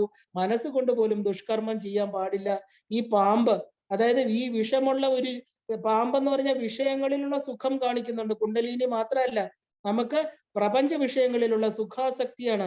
അത് ആ വിഷം അത് നമ്മുടെ ജീവിതത്തില് നമ്മുടെ ഇന്ദ്രിയങ്ങളെ തളർത്തും. അതുകൊണ്ട് അതിനെ നിയന്ത്രിക്കണം. ഭഗവാൻ ആഭരണമായിട്ട് നാളെ ശിവനെ കാണുമ്പോൾ ഇതെല്ലാം ഓർക്കണം. ഷഡ് വികാരങ്ങൾ പ്രതീകമാണ് ഈ പാമ്പ്. അപ്പൊ വികാരങ്ങളുടെ മേലെ നമ്മൾ നിയന്ത്രണം ഉണ്ടാക്കണം. അപ്പൊ ഒരു കർമ്മക്ഷേത്രത്തില്, ഈ പ്രപഞ്ചമാകുന്ന കർമ്മഭൂമിയില് കർമ്മം ചെയ്യാണ്ടിരിക്കാൻ പറ്റില്ല. ജനിച്ചത് മുതൽ മരണം വരെ കർമ്മം. ശരീരം കൊണ്ട് ചെയ്തില്ലെങ്കിൽ മനസ്സുകൊണ്ട് ചെയ്തുകൊണ്ടേയിരിക്കണം. അപ്പൊ എന്താ, ഈ കർമ്മം നമ്മൾ ശുദ്ധമായിട്ട് കർമ്മയോഗിയാവണം. ഈ കർമ്മങ്ങളെല്ലാം ഞാനല്ല ചെയ്യുന്നത്, എൻ്റെ ഉള്ളിലിരിക്കുന്ന ഭഗവാനാണ് എന്നെ കൊണ്ട് ചെയ്യിക്കുന്നത്. അപ്പൊ കർമ്മം എന്തായിട്ട് തീർന്നു? യോഗം. ഭഗവാൻ ചെയ്യിക്കുന്നെങ്കിൽ പിന്നെ ഭഗവാനല്ലേ അതിന്റെ ഉത്തരവാദിത്വം, നമ്മളല്ല. ഈ ശരീരത്തിലിരിക്കുന്ന എനിക്ക് എന്ത് കർമ്മം ചെയ്യാൻ പറ്റും? ഒന്നും ചെയ്യാൻ പറ്റില്ല. ഭഗവാൻ ഇല്ലെങ്കിൽ എനിക്ക് ഒന്നുമില്ല. എനിക്ക് കർമ്മമോ കർമ്മഫലമോ പാപമോ പുണ്യമോ ഇല്ല. അപ്പൊ ഈശ്വരൻ, ആ ഭഗവാൻ, ആ ശിവയുടെ പാദപത്മങ്ങളിൽ നമ്മുടെ എന്താ ഈ പവിത്രമായിട്ടുള്ള നമ്മുടെ കർമ്മങ്ങളെ പവിത്രമാക്കൂ. ഈ കർമ്മഭൂമിയില് ഈ ഒരു ജനിച്ചിരിക്കുന്നു ഞാൻ ഈ സംസാരത്തില്, എന്നെ എന്ത് ചെയ്യണം? ശുദ്ധമായിട്ടുള്ള കർമ്മം, പവിത്ര ജീവിതത്തിലൂടെ എന്നെ ധർമ്മത്തിന്റെ പ്രതീകമായിട്ടിരിക്കുന്ന നന്ദിയുടെ പുറത്ത് വരുന്ന അല്ലയോ ഭഗവാനെ, അങ്ങ് എന്നെ രക്ഷിക്കണേ. ഇല്ലേ, നമ്മൾ ശ്രീകൃഷ്ണനും ഗണപതിയും പാർവതിയും എല്ലാവരും നമ്മൾ കാണും ശിവലിംഗത്തെ പൂജിക്കുന്നത്. അപ്പൊ ശിവൻ എന്ന് പറഞ്ഞാല് പ്രപഞ്ചത്തിന്റെ ആത്മാവാണ്. ദേവി എപ്പോഴും എന്താ പറയാ, ദേവി ഏതു നേരം ശിവനെ പൂജിച്ചിരിക്കുന്ന. രാത്രിയിൽ ശിവൻ വരുന്നു. കലിയുഗത്തിൽ ശരിക്കും പറഞ്ഞാൽ ഈ രാത്രിയിൽ ശിവൻ വരുന്നു. ഘോര അന്ധകാരം, പാപങ്ങളുടെ അന്ധകാരമാണ് കലിയുഗം. എന്ത് പാപം ചെയ്യാൻ ഒരു മടിയില്ല. സ്വന്തം അച്ഛനമ്മമാരെ കൊല്ലുന്നു, കുറച്ച് പണത്തിന് വേണ്ടി സ്വന്തം മിത്രങ്ങളെ കൊല്ലുന്നു. ഈ കൊല്ലാനൊന്നും ഒരു പാപങ്ങൾ ചെയ്യാൻ മടിയില്ല. അതാണ് അന്ധകാരം, പാപത്തെ ഭയമില്ലാത്ത കലിയുഗം. അപ്പൊ ഈ കലിയുഗത്തിൽ ഭഗവാൻ രാത്രിയില് എന്താ വരുന്നത്? ഈ ജ്ഞാനത്തിന്റെ അഭാവമാണ് ഈ അന്ധകാരം, അറിവില്ലായ്മയാണ്, ഈ ദ്വൈതമാണ്. എല്ലാം എനിക്ക് കൊണ്ടുപോകാം, എന്തൊക്കെയോ നേടാം എന്നുള്ള വെറും ഒരു എന്താ പറയാ മിഥ്യാധാരണ, അതില്ലാതാക്കുന്ന ഭഗവാൻ. അതാണ് അന്ധകാരം. ആ ഇരുട്ട് നമുക്ക് അശാന്തി തരും, ഇല്ലേ? അജ്ഞാനം, നമുക്ക് ശാന്തിയില്ല. എന്തൊക്കെയോ നഷ്ടപ്പെട്ടു പോകും, എന്തൊക്കെയോ ഞാൻ പിടിച്ചു വെച്ചിരുന്നു, അങ്ങോട്ട് ഉറക്കമില്ല, ഊണില്ല, വിഷമം എന്താ ഒന്നും കൊണ്ടുവന്നിട്ടില്ല. വെറും കൈയോടെ വന്ന ഈ ജീവൻ വെറും കൈയോടെ തിരിച്ചു പോണു. ആ സത്യത്തെ നമുക്ക് ഉണർത്തി തരും ശിവരാത്രി. ഈ അറിവ് കിട്ടുമ്പോൾ, ഇല്ലേ, നമുക്ക് അശാന്തി തരുന്ന ജ്ഞാനം മാത്രമേ നമ്മുടെ അശാന്തിയെ മാറ്റുള്ളൂ. അതാണ് ആ ശിവരാത്രിയുടെ യഥാർത്ഥ ലക്ഷ്യം. ഇത് കൽപ്പാന്ത കാലമാണ്. ഈ വർത്തമാന കാലത്തിൽ എന്ത് ചെയ്യണം? ശിവന്റെ ആവിർഭാവം ഉണ്ടാവണം. എവിടെ? ഗുപ്തമായിട്ട് നമ്മുടെ ഉള്ളില്. അതിന് നമുക്ക് ജാഗരണം വേണം. നമ്മൾ എപ്പോഴും ഉണർന്നിരിക്കണം. അതായത് സദാ ജാഗ്രത അവസ്ഥ, അതായത് ശക്തിയെക്കുറിച്ചുള്ള ജ്ഞാനം. ഇത് തന്നെയാണ് ശരിക്കും ഉപവാസം. അല്ല, ഉപവസിക്കൽ എന്ന് പറയുന്നത് എന്താ? സദാ ശിവന്റെ അടുത്തിരിക്കുക. ദേവി ശിവലിംഗത്തെ കെട്ടിപ്പിടിച്ചുകൊണ്ടായിരിക്കുന്നത്. എനിക്ക് എൻ്റെ ആത്മാവായിരിക്കുന്ന ശിവനെ വിടാൻ പറ്റില്ല. അപ്പൊ ഈ ശിവലിംഗം എന്ന് പറഞ്ഞാൽ ഊർധ്വമായിട്ട് പ്രവഹിക്കുന്ന ശക്തി. അറ്റോമിക് റിയാക്ടറിൽ എല്ലാം ശിവലിംഗം, അതായത് ശാന്തഭാവത്തിലിരിക്കുന്ന ആ ശിവൻ. നമ്മുടെ ഉള്ളിലും ശിവനാണ്. നമ്മുടെ മൂലാധാരത്തിലിരിക്കുന്ന ശക്തി ഊർധ്വഭാവത്തിലാണ്. അപ്പൊ ഈ പഞ്ചഭൂതങ്ങളും എന്താ പറയാ, എല്ലാത്തിലും ശാന്തവും രൗദ്രവും ഉണ്ട്. ഈ പഞ്ചഭൂതങ്ങൾ, ജലം, അതിന്റെ ഭഗവാൻ ജടയിലിരിക്കണു. അപ്പൊ രൗദ്രമായിട്ട് ആയാൽ എന്ത് വരും? സുനാമി. അഗ്നി ചെറിയ അളവില് അദ്ദേഹത്തിന്റെ നെറ്റിയിലിരിക്കണു, മൂന്നാം കണ്ണില്. രൗദ്രമായാല് കാട്ടുതീയാകും. കാറ്റ് രൗദ്രമായാല് കൊടുങ്കാറ്റാവും. അപ്പൊ ഈ നമശിവായ എന്ന് പറയുന്ന പഞ്ചഭൂത തത്വം നമ്മളെ ഏറ്റവും ശിവപ്രതിഷ്ഠ, അതായത് സോമനാഥ ക്ഷേത്രത്തിലാണ്.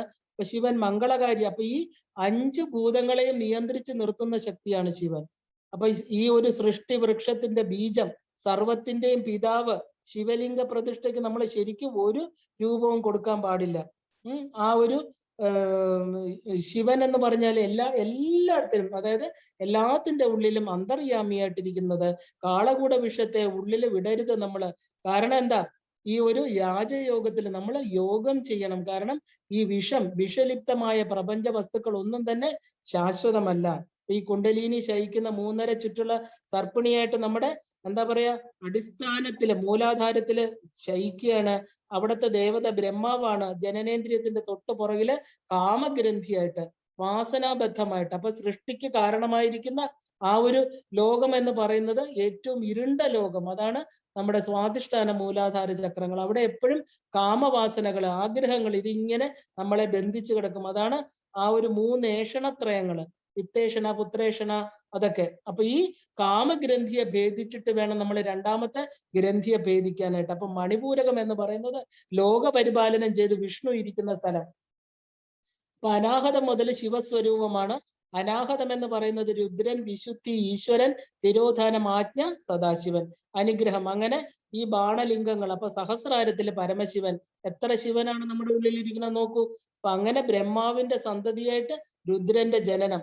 സനക, സനന്ദ, സനാത, സനത്കുമാരന്മാരെ ശരിക്കും പറഞ്ഞ ആ ഒരു 4 തന്റെ ആത്മസംഭൂതരായിരിക്കുന്ന മക്കൾക്ക് ആ ഒരു ഭഗവാൻ 16 വയസ്സുള്ള ദക്ഷിണാമൂർത്തി സ്വരൂപത്തില് ഇരുന്ന് എന്താ പറയാ അവർക്ക് ജ്ഞാനം കൊടുക്കുകയാണ്. ശുദ്ധമായിരിക്കുന്ന ജ്ഞാനം. അത് ശുദ്ധമായിരിക്കുന്ന ജ്ഞാനം എന്താ? അവർക്ക് ആത്മതത്വ ഉപദേശം. അങ്ങനെ ഈ ഒരു മഹാശിവരാത്രി നമുക്ക് നാളെ വന്ന് നമ്മുടെ അടുത്ത് നിൽക്കുകയാണ്. അപ്പൊ ഈ ഐശ്വര്യം, ഇതൊക്കെ ഈ ഒരു ആചരണം എന്ന് പറയുന്നത്, ശിവരാത്രി ആചരണം എന്ന് പറയുന്നത് നമ്മുടെ ലോകത്തിൽ ജീവിക്കുമ്പോൾ നമ്മുടെ വാസുകിയുടെ വിഷം, അതായത് ഭഗവാൻ ലോകരക്ഷാർത്ഥം ഭഗവാൻ കുടിച്ചുവെന്നും ഭഗവാൻ അതായത് തൊണ്ടയില് പാർവതി ദേവി കൈവച്ച് പിടിച്ചു ആ ഒരു നീലകണ്ഠനായി തീർന്നു. എന്താ ഈ സത്യത്തെ നമ്മൾ അറിയേണ്ടത്? എന്താ പാലാഴി എന്ന് പറയുന്നത് നമ്മുടെ ഈ പ്രപഞ്ചം തന്നെ, നമ്മൾ ജീവിക്കുന്ന ആ ഒരു തമോ ഗുണം നിറഞ്ഞ അസുരന്മാരും സത്വഗുണമുള്ള നമ്മുടെ ദേവന്മാരും, ഈ 2 ഗുണങ്ങളും നമ്മുടെ ഉള്ളില് 2 ഭാഗത്തായിട്ട് നമ്മൾ ഏത് കർമ്മം ചെയ്യുമ്പോഴും നമ്മളെ ചെയ്യണ്ടെന്ന് പ്രേരിപ്പിക്കുന്ന ഒരു ശക്തി, തെറ്റായ കാര്യങ്ങൾ ചെയ്യാൻ പോകുമ്പോൾ അതിനെ വിലക്കുന്ന വേറൊരു ശക്തി. ഇങ്ങനെ പാലാഴി മഥനം നമ്മുടെ ഉള്ളിൽ എപ്പോഴും ആ ഒരു എന്താ പറയുക നിർത്താതെ നടന്നുകൊണ്ടിരിക്കുക. അപ്പൊ നമ്മുടെ ആ ബുദ്ധിയില് പാലാഴിയെ, നമ്മുടെ അഹങ്കാരമാകുന്ന ആ സർപ്പത്തെ, വാസുകിയെ നമ്മൾ എന്ത് ചെയ്യണം? ശ്രദ്ധയാകുന്ന മന്ധരപർവ്വതത്തെ കടകോലാക്കി ശ്രദ്ധയോടെ കടയണം. അതായത് പ്രപഞ്ച സത്യത്തെ കുറിച്ച് മഥനം ചെയ്യണം. ഈ മഥനമാണ് ശരിക്കും മനനം. നമ്മൾ ചിന്തിക്കണം, നമ്മൾ അറിയണം. ഇത് നടക്കുമ്പോൾ എന്താ, ചിലപ്പോ ശ്രദ്ധയാകുന്ന ഈ മന്ധരപർവ്വതം താഴ്ന്നു പോയി എന്നിരിക്കും. അപ്പൊ ആര് വന്നു ഉയർത്താനായിട്ട്? ആ ഒരു കൂർമാവതാരമായിട്ട് എന്താ പറയാ ഏറ്റവും മഹാവിഷ്ണുവിന്റെ കൂർമാവതാരം ഈ പറഞ്ഞ മന്ധരപർവ്വതത്തെ ഉയർത്തി. നമുക്ക് ഈശ്വരാനുഗ്രഹം എപ്പോഴാണോ ഈശ്വരന്റെ ആ ഒരു ഉൾക്കണ്ണിൽ ഈശ്വരനെ കണ്ട് ഈശ്വരനിലേക്കുള്ള പ്രയാണം ഒരു ജീവൻ ആരംഭിക്കുന്നത്, അവിടെ എന്ത് തടസ്സം വന്നാലും പ്രപഞ്ചം അത് മാറ്റിത്തരും. അതിന്റെ ഒരു പാലാഴി മഥനത്തിൽ നമ്മൾ കണ്ടു. ആ ഒരു വിഷ്ണു ആ കൂർമ്മത്തിന്റെ അവതാരമെടുത്ത് ആ ഒരു പാലാഴിയിൽ മുങ്ങിപ്പോയ കടകോലിനെ ഉയർത്തിക്കൊണ്ടുവരുന്നത്. അപ്പൊ നമ്മൾ ഒരിക്കലും ഈ അതായത് നമ്മളെ പാലാഴി മഥനം നമ്മൾ നടത്തിക്കൊണ്ടേയിരിക്കണം. എന്ത് ചെയ്യണം? ഈ മഥനം നമ്മുടെ മനസ്സ്, ബുദ്ധി, ബോധം, അതായത് മൈൻഡ് ആൻഡ് ഇന്റലക്ട്, ആ കോൺഷ്യസ്നെസ്സിനെ നമ്മൾ കിട്ടുന്നിടം വരെ, അറിയുന്നിടം വരെ ബ്രഹ്മാവിഷ്ണു മഹേശ്വരന്മാര് തന്നെയാണ്, ഇതെല്ലാം ഒന്നാണെന്നുള്ള നമ്മുടെ ഉള്ളിലെ ഈ ഹലാഹലം, നമ്മുടെ വിഷം, അറിവില്ലായ്മ, ഇതെല്ലാം നമ്മളിൽ നിന്ന് പോകുമ്പോൾ നമുക്ക് എന്താണ്? അമൃതത്വം. അപ്പൊ അതായത് ശിവനിൽ ലയിക്കണ രാത്രിയായിരിക്കണം ശിവരാത്രി. മംഗളകരമായിട്ടുള്ള ഉള്ളിലെ ബോധത്തെ നമ്മൾ അറിയണം. ആ ഒരു നമ്മുടെ നശ്വരമായിരിക്കുന്ന, ശവമായിരിക്കുന്ന ഈ ശരീരത്തിലെ ശിവത്വം, അതാണ് നമ്മുടെ ഏറ്റവും വലിയ വിജയം. ഈ പ്രപഞ്ചത്തിൽ ഇനി എന്ത് നേടിയാലും ഇതിനപ്പുറം ഒരു വിജയമില്ല. അതുകൊണ്ടാണ് എല്ലാം അറിഞ്ഞവൻ വിജയൻ. നമ്മുടെ അർജുനന് വേറൊരു പേരുണ്ട്, വിജയൻ, പാർത്ഥൻ വിജയൻ. അപ്പൊ എല്ലാത്തിലും വിജയം നേടണമെങ്കിൽ ഈ സത്യത്തെ നമ്മൾ അറിഞ്ഞോളണം. ഈ പാലാഴി മഥനം, അതായത് നമ്മുടെ ഗ്രഹശുദ്ധി വരുത്തണം. നാളെ എവിടെയാണ് ഗ്രഹശുദ്ധി? നമ്മൾ താമസിക്കുന്ന വീട് ഗൃഹമാണ്. പക്ഷെ നമ്മുടെ ആ ഈശ്വരൻ, നമ്മുടെ ജീവാത്മാവ് താമസിക്കുന്നത് മനസ്സാകുന്ന ഗൃഹം. അപ്പൊ എന്ത് ചെയ്യണം? രാവിലെ കുളിച്ച് ഈ ശുദ്ധമായ വസ്ത്രങ്ങൾ ധരിക്കണം, ഭസ്മത്തെ നമ്മൾ തൊടണം നെറ്റിയില്, എന്നിട്ട് മനസ്സാകുന്ന ഗൃഹത്തില് നമ്മുടെ മനസ്സിൽ എന്തൊക്കെയാണോ എല്ലാവരോടുമുള്ള എന്തൊക്കെ വികാരങ്ങളുണ്ടോ ആ ദുഷ്ടവികാരങ്ങളെ എല്ലാം മാറ്റണം, വൃത്തിയാക്കണം. ആ ശിവൻ വസിക്കുന്ന ഗ്രഹം, ആ മന്ത്രമാകുന്ന നമശിവായ എന്നുള്ള തോരണങ്ങള് കെട്ടണം അവിടെ. എന്തുകൊണ്ടാണ് ശിവധ്യാനം മനുഷ്യന് പ്രധാനമാകുന്നത്? കാരണം ശിവൻ എന്ന് പറയുന്നത് ജീവൻ തന്നെയാണ്. ആ നമശിവായ മന്ത്രങ്ങൾ കൊണ്ട് കെട്ടി പന്തൽ ഒരുക്കണം, തോരണങ്ങൾ ഇടണം, വൃത്തിയാക്കണം, സദാ ശ്രദ്ധിക്കണം. ആ ശ്രദ്ധയാകുന്ന പ്രവാഹം കൊണ്ട്, ജലം കൊണ്ട് അവിടുത്തെ ശിവലിംഗത്തിൽ അഭിഷേകം ചെയ്യണം. ആ ഭോലേനാഥ്, അതായത് പ്യുവർ ആയിട്ടിരിക്കണം. ആ എന്താ പറയാ, ശിവൻ വേഗം പ്രസാദിക്കുന്ന ആളാണ്. നമ്മളെ എത്ര ഒന്ന് വിളിച്ചാൽ മതി, നമുക്ക് എന്ത് വേണോ തരും. അപ്പൊ നമ്മുടെ ആ ശ്രദ്ധ കൊണ്ട് ശരിക്കും പറഞ്ഞ അൺകണ്ടീഷൻ, ഭഗവാൻ യാതൊരു കണ്ടീഷൻസും ഇല്ല. ഒരു ബില്വപത്രം, കുറച്ച് ഭസ്മം, കുറച്ച് ജലം, ഇതൊക്കെ മതി ഭഗവാന്. തന്ത്രശാസ്ത്രം പറയുന്നു ഒന്നും കൊടുത്തില്ലെങ്കിൽ പോലും അദ്ദേഹത്തെ ഒന്ന് വണങ്ങിയാൽ മാത്രം മതി എന്നാ പറയുന്നത്. അദ്ദേഹം ലിബറേഷൻ തരും. നമ്മൾ അതിന് ഈ irrespective of caste and creed, ഏത് ചണ്ടാളനും ഏത് എന്താ അധകൃതനും ഭഗവാൻ മോക്ഷം കൊടുക്കും. ഭഗവാൻ ചണ്ടാളനായിട്ട് വരെ ആചാര്യസ്വാമികളുടെ മുമ്പിൽ വന്നിട്ടുണ്ട്. അത്രയും എന്താ പറയാ, ശരിക്കും പറഞ്ഞ അദ്ദേഹം he's the Lord of the body, നമ്മുടെ ശരീരത്തിന്റെ നാഥനാണ് അദ്ദേഹം. അപ്പൊ ശിവൻ ഇരിക്കുന്നത് ആ ഒരു ശിവ എന്ന് പറയുന്ന ദേവി ശിവനിലൂടെ, അതായത് നമ്മുടെ തമസിനെ ഇല്ലാതാക്കി, നാളത്തെ ശിവരാത്രി അന്ധകാരപൂർണമായിട്ടുള്ള ആ ശിവരാത്രിയിൽ നമ്മുടെ ഉള്ളിലിരിക്കുന്ന ആന്തരിക തമസിനെ ഭഗവാൻ ഇല്ലാതാക്കട്ടെ. ശിവൻ എവിടെയാ ഇരിക്കുന്നത്? നമ്മുടെ ശരീരത്തിൽ തന്നെയാ, നമ്മുടെ ആത്മാവായിട്ട്. യുവർ സോൾ, എപ്പോഴും ചിന്മയാനന്ദ സ്വാമി പറയും, he sitting there as your soul. നീ എവിടെ ഇരിക്കണം ഭഗവാൻ? ഓംകാർ. കാറ് കൊടുക്കാന്ന് പറയുമ്പോൾ വേണ്ട, I will travel in Omkar. നിന്റെ ശരീരത്തിലാണ് ഈ ഓംകാരം ഇരിക്കുന്നത്, ഈ ശിവതത്വം നമ്മുടെ ശരീരത്തില്. അപ്പൊ എന്ത് ചെയ്യണം? ആ ശിവനെ ആരാധിക്കാൻ വളരെ എളുപ്പമാണ്. ഈ തത്വങ്ങളൊക്കെ ഒന്ന് അറിഞ്ഞാൽ മതി. അദ്ദേഹത്തിന് ഒരിക്കലും അഘോര ഭാവമില്ല, ദേഷ്യമില്ല. എന്താ ഡിസ്ട്രക്ഷൻ എന്ന് പറയുന്ന നാശമല്ല, പഴയതിനെ പുതിയതാക്കലാണ്, ട്രാൻസ്ഫോർമേഷൻ ആണ്. അപ്പൊ നമ്മുടെ പഴയ ധാരണകളൊക്കെ മാറ്റി പുതിയത് ഒരു മനസ്സിന്റെ ഉടമസ്ഥ നമ്മളാക്കുകയാണ്, ഇല്ലേ? പുതിയത്, നമ്മൾ കണ്ടിട്ടില്ലാത്ത പുതിയ ചക്രവാളം. നമുക്കിനി ഒരു നാഥനുണ്ട്, നമ്മുടെ അച്ഛനുണ്ട്, നമുക്ക് അമ്മയുണ്ട്. അദ്ദേഹം ദേവിക്ക് നല്ലൊരു ഭർത്താവാണ്. എന്തൊക്കെയാണ് കൊടുത്തത്? പകുതി ശരീരം വരെ കൊടുത്തു. അപ്പൊ ശിവ കുടുംബത്തെ ധ്യാനിക്കുമ്പോൾ നമുക്ക് എന്താ? ആ വൈദ്യനാഥനായിരിക്കുന്ന ശിവൻ നമ്മുടെ രോഗങ്ങളെ മാറ്റട്ടെ. ശിവകുടുംബം നമുക്ക്, നമ്മുടെ കുഞ്ഞുങ്ങൾക്കും നമ്മുടെ കുടുംബത്തിനും ആനന്ദവും ഐശ്വര്യവും തരട്ടെ. ഈ പശുപതിയായിട്ടിരിക്കുന്ന ഈ അനിമൽസിനെ, പ്രപഞ്ചത്തിലിരിക്കുന്ന എല്ലാ മൃഗങ്ങളെയും, ഈ മൃഗശരീരമുള്ള മനുഷ്യനെ ആ മൃഗശരീരത്തിൽ നിന്ന് മനുഷ്യനായിട്ട് ഉണർത്തട്ടെ. ഈ ഒരു ഏറ്റവും വലിയ വിസ്ഡം, പ്യുവർ നോളജ് ദക്ഷിണാമൂർത്തിയായിരിക്കുന്ന ഭഗവാൻ നമുക്ക് തരട്ടെ. അപ്പൊ എന്താ? ഈ ശിവൻ എന്ന് പറയുന്നത് എല്ലാമാണ് ഈ പ്രപഞ്ചത്തില്. ഈ കാണുന്ന ആർട്സ്, ക്രാഫ്റ്റ്, സയൻസ്, ഡാൻസർ, നാദം, എല്ലാത്തിന്റെയും ഒരു പ്രഭവസ്ഥാനം അദ്ദേഹം. പക്ഷെ എന്താ? എപ്പോഴും തപസ്സിലാണല്ലേ? പഞ്ചപ്രാണനെ നിയന്ത്രിച്ച്, കാറ്റില്ല, ആ ഋജുവായിട്ട് തന്റെ കുണ്ടലിനിയിൽ മാത്രം ഉത്ഥാപനം നടത്തി, ആ ഒരു സനാതന സാത്വിക ഭാവത്തോടുകൂടി ഈ പറഞ്ഞ ലോക സംഹാരത്തിന് വേണ്ടി മാത്രമേ അദ്ദേഹം തമോ ഗുണം സ്വീകരിക്കുള്ളൂ. പരമാണു മുതൽ ദേവകണം വരെയുള്ള ന്യൂട്രോണും ഇലക്ട്രോണും പ്രോട്ടോണും എല്ലാത്തിനെയും ചലിപ്പിക്കുന്ന ന്യൂക്ലിയസ് ആയിട്ട്, എല്ലാത്തിന്റെയും ഒരു അന്തർയാമിയായിട്ടിരിക്കുന്ന ഭഗവാൻ, ആ ശിവനെ നമ്മൾ അറിയണം. നമ്മുടെ ഓരോ സ്പന്ദനത്തിലൂടെ, നമ്മൾ ശ്വസിക്കുന്ന വായുവിലൂടെ, നമ്മുടെ ശരീരത്തിൽ സ്പന്ദിക്കുന്ന ഓരോ അണുവിലൂടെ നടക്കുന്ന ഋതത്തിലൂടെ, ഈ എല്ലാ എന്താ പറയുക, നമ്മുടെ ഉള്ളിലെ ഓരോ ദിവസവും എന്താ പറയാ, ആ ഒരു ക്രിയേഷൻ, ആ ഒരു സസ്റ്റനൻസ്, ഡിസ്ട്രക്ഷൻ, മൂന്നും നടക്കുന്നു. സൃഷ്ടി, സ്ഥിതി. നമ്മുടെ കോശങ്ങൾ ഉണ്ടാവുന്നു, നിലനിൽക്കുന്നു, അത് നശിച്ചു പോകുന്നു. അത് എന്താണ്? ഈ പ്രപഞ്ചയുടെ അന്തസത്തയാണ് ചലിക്കുന്നത് ഈ ശ്രീചക്രമായിരിക്കുന്ന ശരീരത്തില്. ഇതൊരു മഹാനഗരമാണ് ഈ ശരീരം. ഈ ശരീരത്തിലെ മഹാരാജ്ഞി ലളിതാ മഹാത്രിപുര സുന്ദരി, സദാ ചലിച്ചുകൊണ്ടിരിക്കുന്ന പ്രപഞ്ചബോധം, ഒന്ന് മാറി വന്നുകൊണ്ടേയിരിക്കുന്നു. എപ്പോഴും ചലനം മാത്രം. പക്ഷെ ഈ ചലനങ്ങൾക്കെല്ലാം സാക്ഷിഭാവത്തില് ഇരിക്കുന്ന മഹാകാമേശ്വരനായിരിക്കുന്ന ശിവഭഗവാൻ. അപ്പൊ ശിവൻ എന്ന് പറയുന്ന നാട്യശാസ്ത്രത്തിന്റെ ഉപജ്ഞാതാവ്, അദ്ദേഹം ഓരോ ശ്വാസത്തിലും നമ്മുടെ ആ ഋതത്തിലൂടെ, എന്നീ ശ്വാസം നിൽക്കുന്നോ അന്നീ ശരീരം ശവമായിട്ട് തീരുകയാണ്. ഇപ്പൊ ദക്ഷ പ്രജാപതി ചന്ദ്രനെ ശപിച്ചപ്പോൾ ശിവനാണ് ചന്ദ്രനെ രക്ഷിക്കുന്നത്. തന്റെ ജടാമകുടത്തിൽ വെച്ച് ചന്ദ്രനെ വരെ രക്ഷിച്ച അല്ലയോ ഭഗവാനെ, അങ്ങ് സോമമണ്ഡലത്തിന്റെ നാഥനാണ്. അദ്ദേഹം ഇരിക്കുന്നത് അഗ്നിമണ്ഡലത്തിലോ സൂര്യമണ്ഡലത്തിലോ അല്ല, അദ്ദേഹം സോമമണ്ഡലത്തിൽ. അതായത് എല്ലാ ഋഷിമുനിമാരും, പ്രപഞ്ചത്തിലെ എല്ലാ ദേവന്മാരും സദാ വന്ദിച്ചു കൊണ്ടിരിക്കുന്ന ആ പാദങ്ങൾ, ആ തിങ്കളാഴ്ച ദിവസം. അതുകൊണ്ടാണ് തിങ്കളാഴ്ച ദിവസം, തിങ്കൾ ശിവ, ആ ഒരു ദിവസത്തിന് ശിവനുമായിട്ടുള്ള പ്രാധാന്യം. അപ്പൊ ആ ഒരു എന്താ പറയാ, തിങ്കളാഴ്ച ദിവസം ശിവരാത്രി ആയിരുന്നെന്നും ചന്ദ്രൻ ശിവന്റെ ശാപം മാറ്റിക്കൊടുത്തത്, അതുകൊണ്ടാണ് അദ്ദേഹം ചന്ദ്രശേഖരനായിട്ട് മാറിയത്, മാർക്കണ്ഡേയ മുനിക്ക് മന്ത്രം കൊടുത്തത്, ശിവപാർവതി വിവാഹം, ഇതൊക്കെയാണ് തിങ്കളാഴ്ചത്തേക്കുള്ള പ്രാധാന്യം. അപ്പൊ ശിവൻ ചന്ദ്രനുമായിട്ട്, അതായത് ചന്ദ്രശേഖരൻ എന്ന് പറയുന്നത് ഇതുകൊണ്ടാണ്. അപ്പൊ ഈ ശരിക്കും പറഞ്ഞ ചന്ദ്രമണ്ഡലം യോഗികളെ സംബന്ധിച്ച് ഈ പറയുന്ന ഏറ്റവും ഉയർന്ന മണ്ഡലമാണ് ചന്ദ്രമണ്ഡലം. അപ്പൊ 15 ദിവസങ്ങൾ കൊണ്ട് ഓരോ എന്താ പറയാ, ഈ ദക്ഷപ്രജാപതി, അതായത് ദക്ഷപ്രജാപതി എന്ന് പറയുന്ന അദ്ദേഹത്തിന് 27 മക്കള്, ഇതില് 15 കലകള്, 15 കലകളില് പൂർണ്ണചന്ദ്രനും അപൂർണമായിട്ട് മാറുന്നു. അതിൽ തിങ്കളാഴ്ച ദിവസം, അതായത് ശിവന്റെ പുണ്യ ദിവസം എന്ന് പറയാനായിട്ട് അതായത് സതീദേവിയെ വിവാഹം കഴിച്ചു. അതാണ് ശിവഭജനം നടത്തുന്നവർക്ക് എന്താ, എല്ലാ ആഗ്രഹങ്ങളും എല്ലാ അനുഗ്രഹവും പാർവതിയും ചേർന്ന് കൊടുക്കുന്നതാണ്.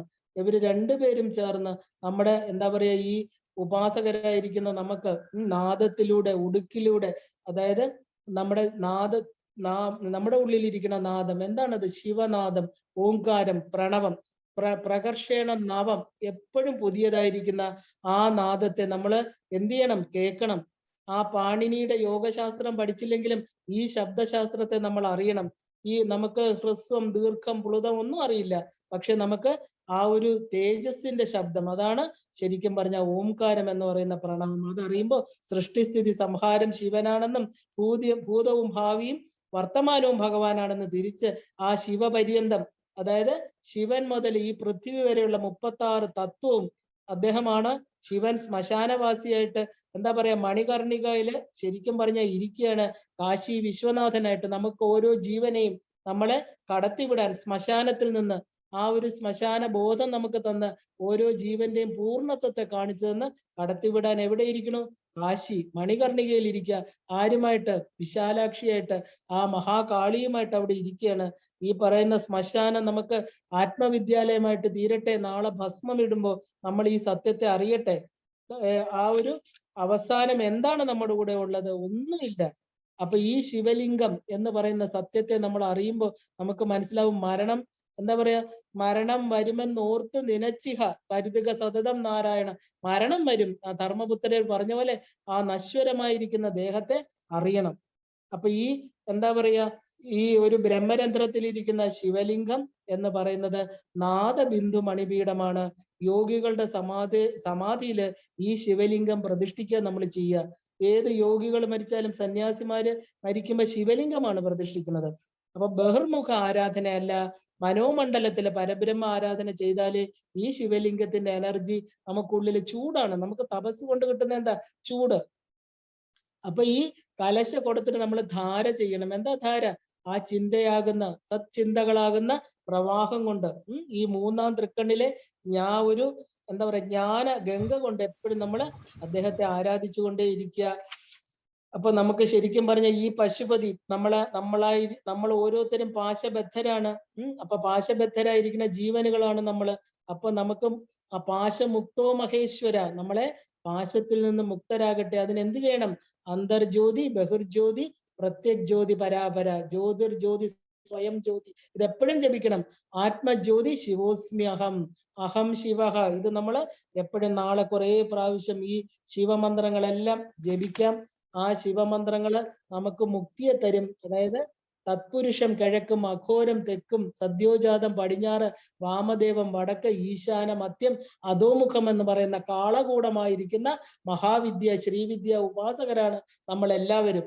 അപ്പൊ നമ്മൾ എന്ത് ചെയ്യണം? നമുക്ക് ശ്രീവിദ്യ എന്ന് പറയുന്ന ആത്മവിദ്യ തരണമെങ്കിൽ സാക്ഷാൽ ശിവൻ തന്നെ വരണം. അദ്ദേഹം അനുഗ്രഹിച്ചെങ്കിൽ മാത്രമേ നമുക്കത് കിട്ടുള്ളൂ. അതിന് എന്ത് ചെയ്യണം? നമ്മള് ശിവമാനസ പൂജയിൽ പ്രധാനപ്പെട്ട 4 വരികൾ പറഞ്ഞുകൊണ്ട് ഞാൻ നിർത്തുകയാണ്. ആരാധയാമി മണിസന്നിഭം ആത്മലിംഗം, മായാപുരി ഹൃദയ പങ്കജ സന്നിവിഷ്ടം, ശ്രദ്ധാനദി വിമലചിത്ത ജലാഭിഷേകം, നിത്യം സമാധി കുസ്മേ പുനർഭാവയെ. എന്താണ്? അല്ലയോ ഭഗവാനെ, ഞാൻ എന്താ ആരാധയാമി മണിസന്നിഭം ആത്മലിംഗം, എന്റെ ഹൃദയത്തിലിരിക്കുന്ന ആത്മലിംഗത്തെ ഞാനിതാ എപ്പോഴും സദാ എനിക്ക് ആരാധിക്കാൻ പറ്റട്ടെ. മായാപുരി ഹൃദയ പങ്കജ സന്നിവിഷ്ടം. ഈ മായാപുരി ഈ ഹൃദയം എന്ന് പറയുന്നത് ഒരു മായാപുരിയാണ്. അവിടെ ആ പങ്കജത്തില് എന്റെ ഹൃദയ താമരയിലിരിക്കുന്ന, അല്ലയോ ഭഗവാനെ, എന്റെ അഭിഷേകം എന്താണ്? ശ്രദ്ധാനദി. എപ്പോഴും എന്റെ ആത്മാവിനെ എനിക്ക് ശ്രദ്ധിക്കാൻ പറ്റട്ടെ, അത് ഇടമുറിയാതിരിക്കട്ടെ, അത് ധാരധാരയായിട്ട് അദ്ദേഹത്തിന്റെ മുകളിൽ വീഴട്ടെ. ആ ശിവശക്തി ഐക്യ രൂപിണിയായിരിക്കണ ആ ശിവലിംഗത്തിൽ രണ്ടുപേരും ചേർന്നിരിക്കുന്ന അതില് എന്റെ വിമല ചിത്ത ജലാഭിഷേകം, എന്റെ ശുദ്ധമായ ഹൃദയ ഗംഗ കൊണ്ട്, ഈ അറിവ് കൊണ്ടുള്ള ഗംഗയാകുന്ന ജലത്തെ ഞാനിത് അങ്ങേക്ക് അഭിഷേകം ചെയ്യണു. നിത്യം സമാധി കുസുമൈ, സമാധിയാകുന്ന, അതായത് സമാധി എന്ന് പറഞ്ഞാൽ സമ ആധി അല്ലെങ്കിൽ സമബുദ്ധി. എനിക്ക് ദ്വൈതമില്ല. എനിക്ക് ഇന്ന് സത്യത്തെ അറിഞ്ഞു. എനിക്കിന്ന് ബാഹ്യമായിട്ടുള്ളതും എന്റെ ആന്തരികം എന്താണ്, നിത്യ അനിത്യ വിവേകം വന്ന് ഇന്ന് ഞാൻ എന്താ, സമാധിസ്ഥിതനാണ്. ശിവൻ എപ്പോഴും സമാധിയിലാണ് ഇരിക്കുന്നത്. ആ സമാധിയാകുന്ന പുഷ്പങ്ങൾ കൊണ്ട് എന്താ അങ്ങേക്ക് അഭിഷേകം ചെയ്താൽ ഒരു കാര്യം എനിക്ക് അങ്ങ് തരേണ്ടി, പുനർഭാവയെ, എനിക്കിനി പുനർജന്മം വേണ്ട. അവോയ്ഡിങ് അനദർ ബർത്ത് എന്നാ പറയുന്നത്. ഇനി ഒരു ജനന മരണ സൈക്കിൾ, അതായത് ജനന മരണ ഒരു ചക്രത്തിൽ ഇനി എന്നെ ഇടല്ലേ ഭഗവാനെ. അതുകൊണ്ട് അങ്ങയെ ഞാൻ സദാ ആരാധിച്ചു കൊണ്ടിരിക്കുന്നു. നിങ്ങൾക്ക് ഇന്ന് ഈ പറഞ്ഞ 4:30 മണി മുതൽ നമ്മൾ ഭഗവാനെ ആരാധിച്ചുകൊണ്ടാണ് ഇരിക്കുന്നത്. ഇന്ന് പ്രദോഷമാണ്. നമുക്ക് എല്ലാവർക്കും ശ്രീവിദ്യ ഉപാസകരായിരിക്കുന്ന നമുക്ക് ഓരോരുത്തർക്കും പ്രകർഷേണയുള്ള എല്ലാ ദോഷങ്ങളും, നമ്മുടെ ഡ്യുവാലിറ്റി, നമ്മുടെ മായ, നമ്മുടെ എന്ത് പറയുന്ന ആ ഒരു വികല്പങ്ങള്, നമ്മുടെ സങ്കല്പ വികല്പങ്ങൾ, അജ്ഞാനം എല്ലാം ഈ ശിവഭഗവാനും ദേവിയും കൂടെ ഇരുന്ന് രണ്ടുപേരും നമ്മുടെ ഈ അജ്ഞാനത്തെ മാറ്റി നമുക്ക് ഒരു പൂർണ്ണമായിരിക്കുന്ന ജീവിത യാത്ര, ഈ ശരീരത്തിൽ ഇരുന്നുകൊണ്ട് എപ്പോഴും മായാപുരിയിൽ ഇരിക്കുന്ന ഈശ്വരൻ നമ്മുടെ ആത്മലിംഗത്തെ ആരാധിച്ച് ഈ ലളിതാ സഹസ്രനാമം പഠിക്കുമ്പോൾ ഈ 1000 നാമത്തിലൂടെ നമ്മുടെ ഉള്ളിൽ തന്നെ ഈ ശിവശക്തി ഐക്യ രൂപിണിയായിരിക്കുന്ന ലളിതാ പരമേശ്വരിയെ, ആ ശിവജ്ഞാന സ്വരൂപിണിയെ അറിയാൻ പറ്റട്ടെ. നിങ്ങൾ നാളെ 6 മണി തൊട്ടാണ് എല്ലാ കാര്യങ്ങളും ഇപ്പൊ പറഞ്ഞു കഴിഞ്ഞു. പ്രത്യേകിച്ച് അഭിഷേകത്തിന്റെ കാര്യം എല്ലാം പറഞ്ഞു. ഇതിൽ എന്ത് ബാഹ്യപൂജ ചെയ്യണതിനേക്കാളും എത്രയോ ഉയർന്നതാണ് ഈ ആത്മപൂജ. അപ്പൊ ഈ ഏത് സമയത്തും കണ്ണടച്ച് തന്റെ ആത്മലിംഗത്തെ കണ്ട് പൂക്കൾ കൊണ്ട് അർച്ചിച്ച ബാഹ്യപൂജ, നാളെ ശ്രീചക്രമുള്ളവരെല്ലാം ശ്രീചക്ര പൂജ ചെയ്യുക. അതിനുശേഷം എത്രത്തോളം ജപിക്കാൻ പറ്റുമോ അത്രത്തോളം പഞ്ചദശാക്ഷരി മന്ത്രം, നമശിവായ മന്ത്രം, ഈ പറഞ്ഞ മൃത്യുഞ്ജയ മന്ത്രം എല്ലാം ഞാൻ അതിൽ ഇട്ടിട്ടുണ്ട്. എല്ലാവർക്കും എല്ലാ മംഗളങ്ങളും ആ ശിവസ്വരൂപം, ആ മംഗളസ്വരൂപിയായിരിക്കുന്ന ശിവശക്തി ഐക്യ സ്വരൂപിണിയായിരിക്കുന്ന ഭഗവതി, പരദേവതയായിരിക്കുന്ന നമ്മുടെ സാക്ഷാൽ രാജരാജേശ്വരി എല്ലാ അനുഗ്രഹങ്ങളും തരട്ടെ. ഇന്ന് നമുക്കിവിടെ നിർത്താം. എല്ലാവർക്കും ശ്രീമാത്രേ നമഃ.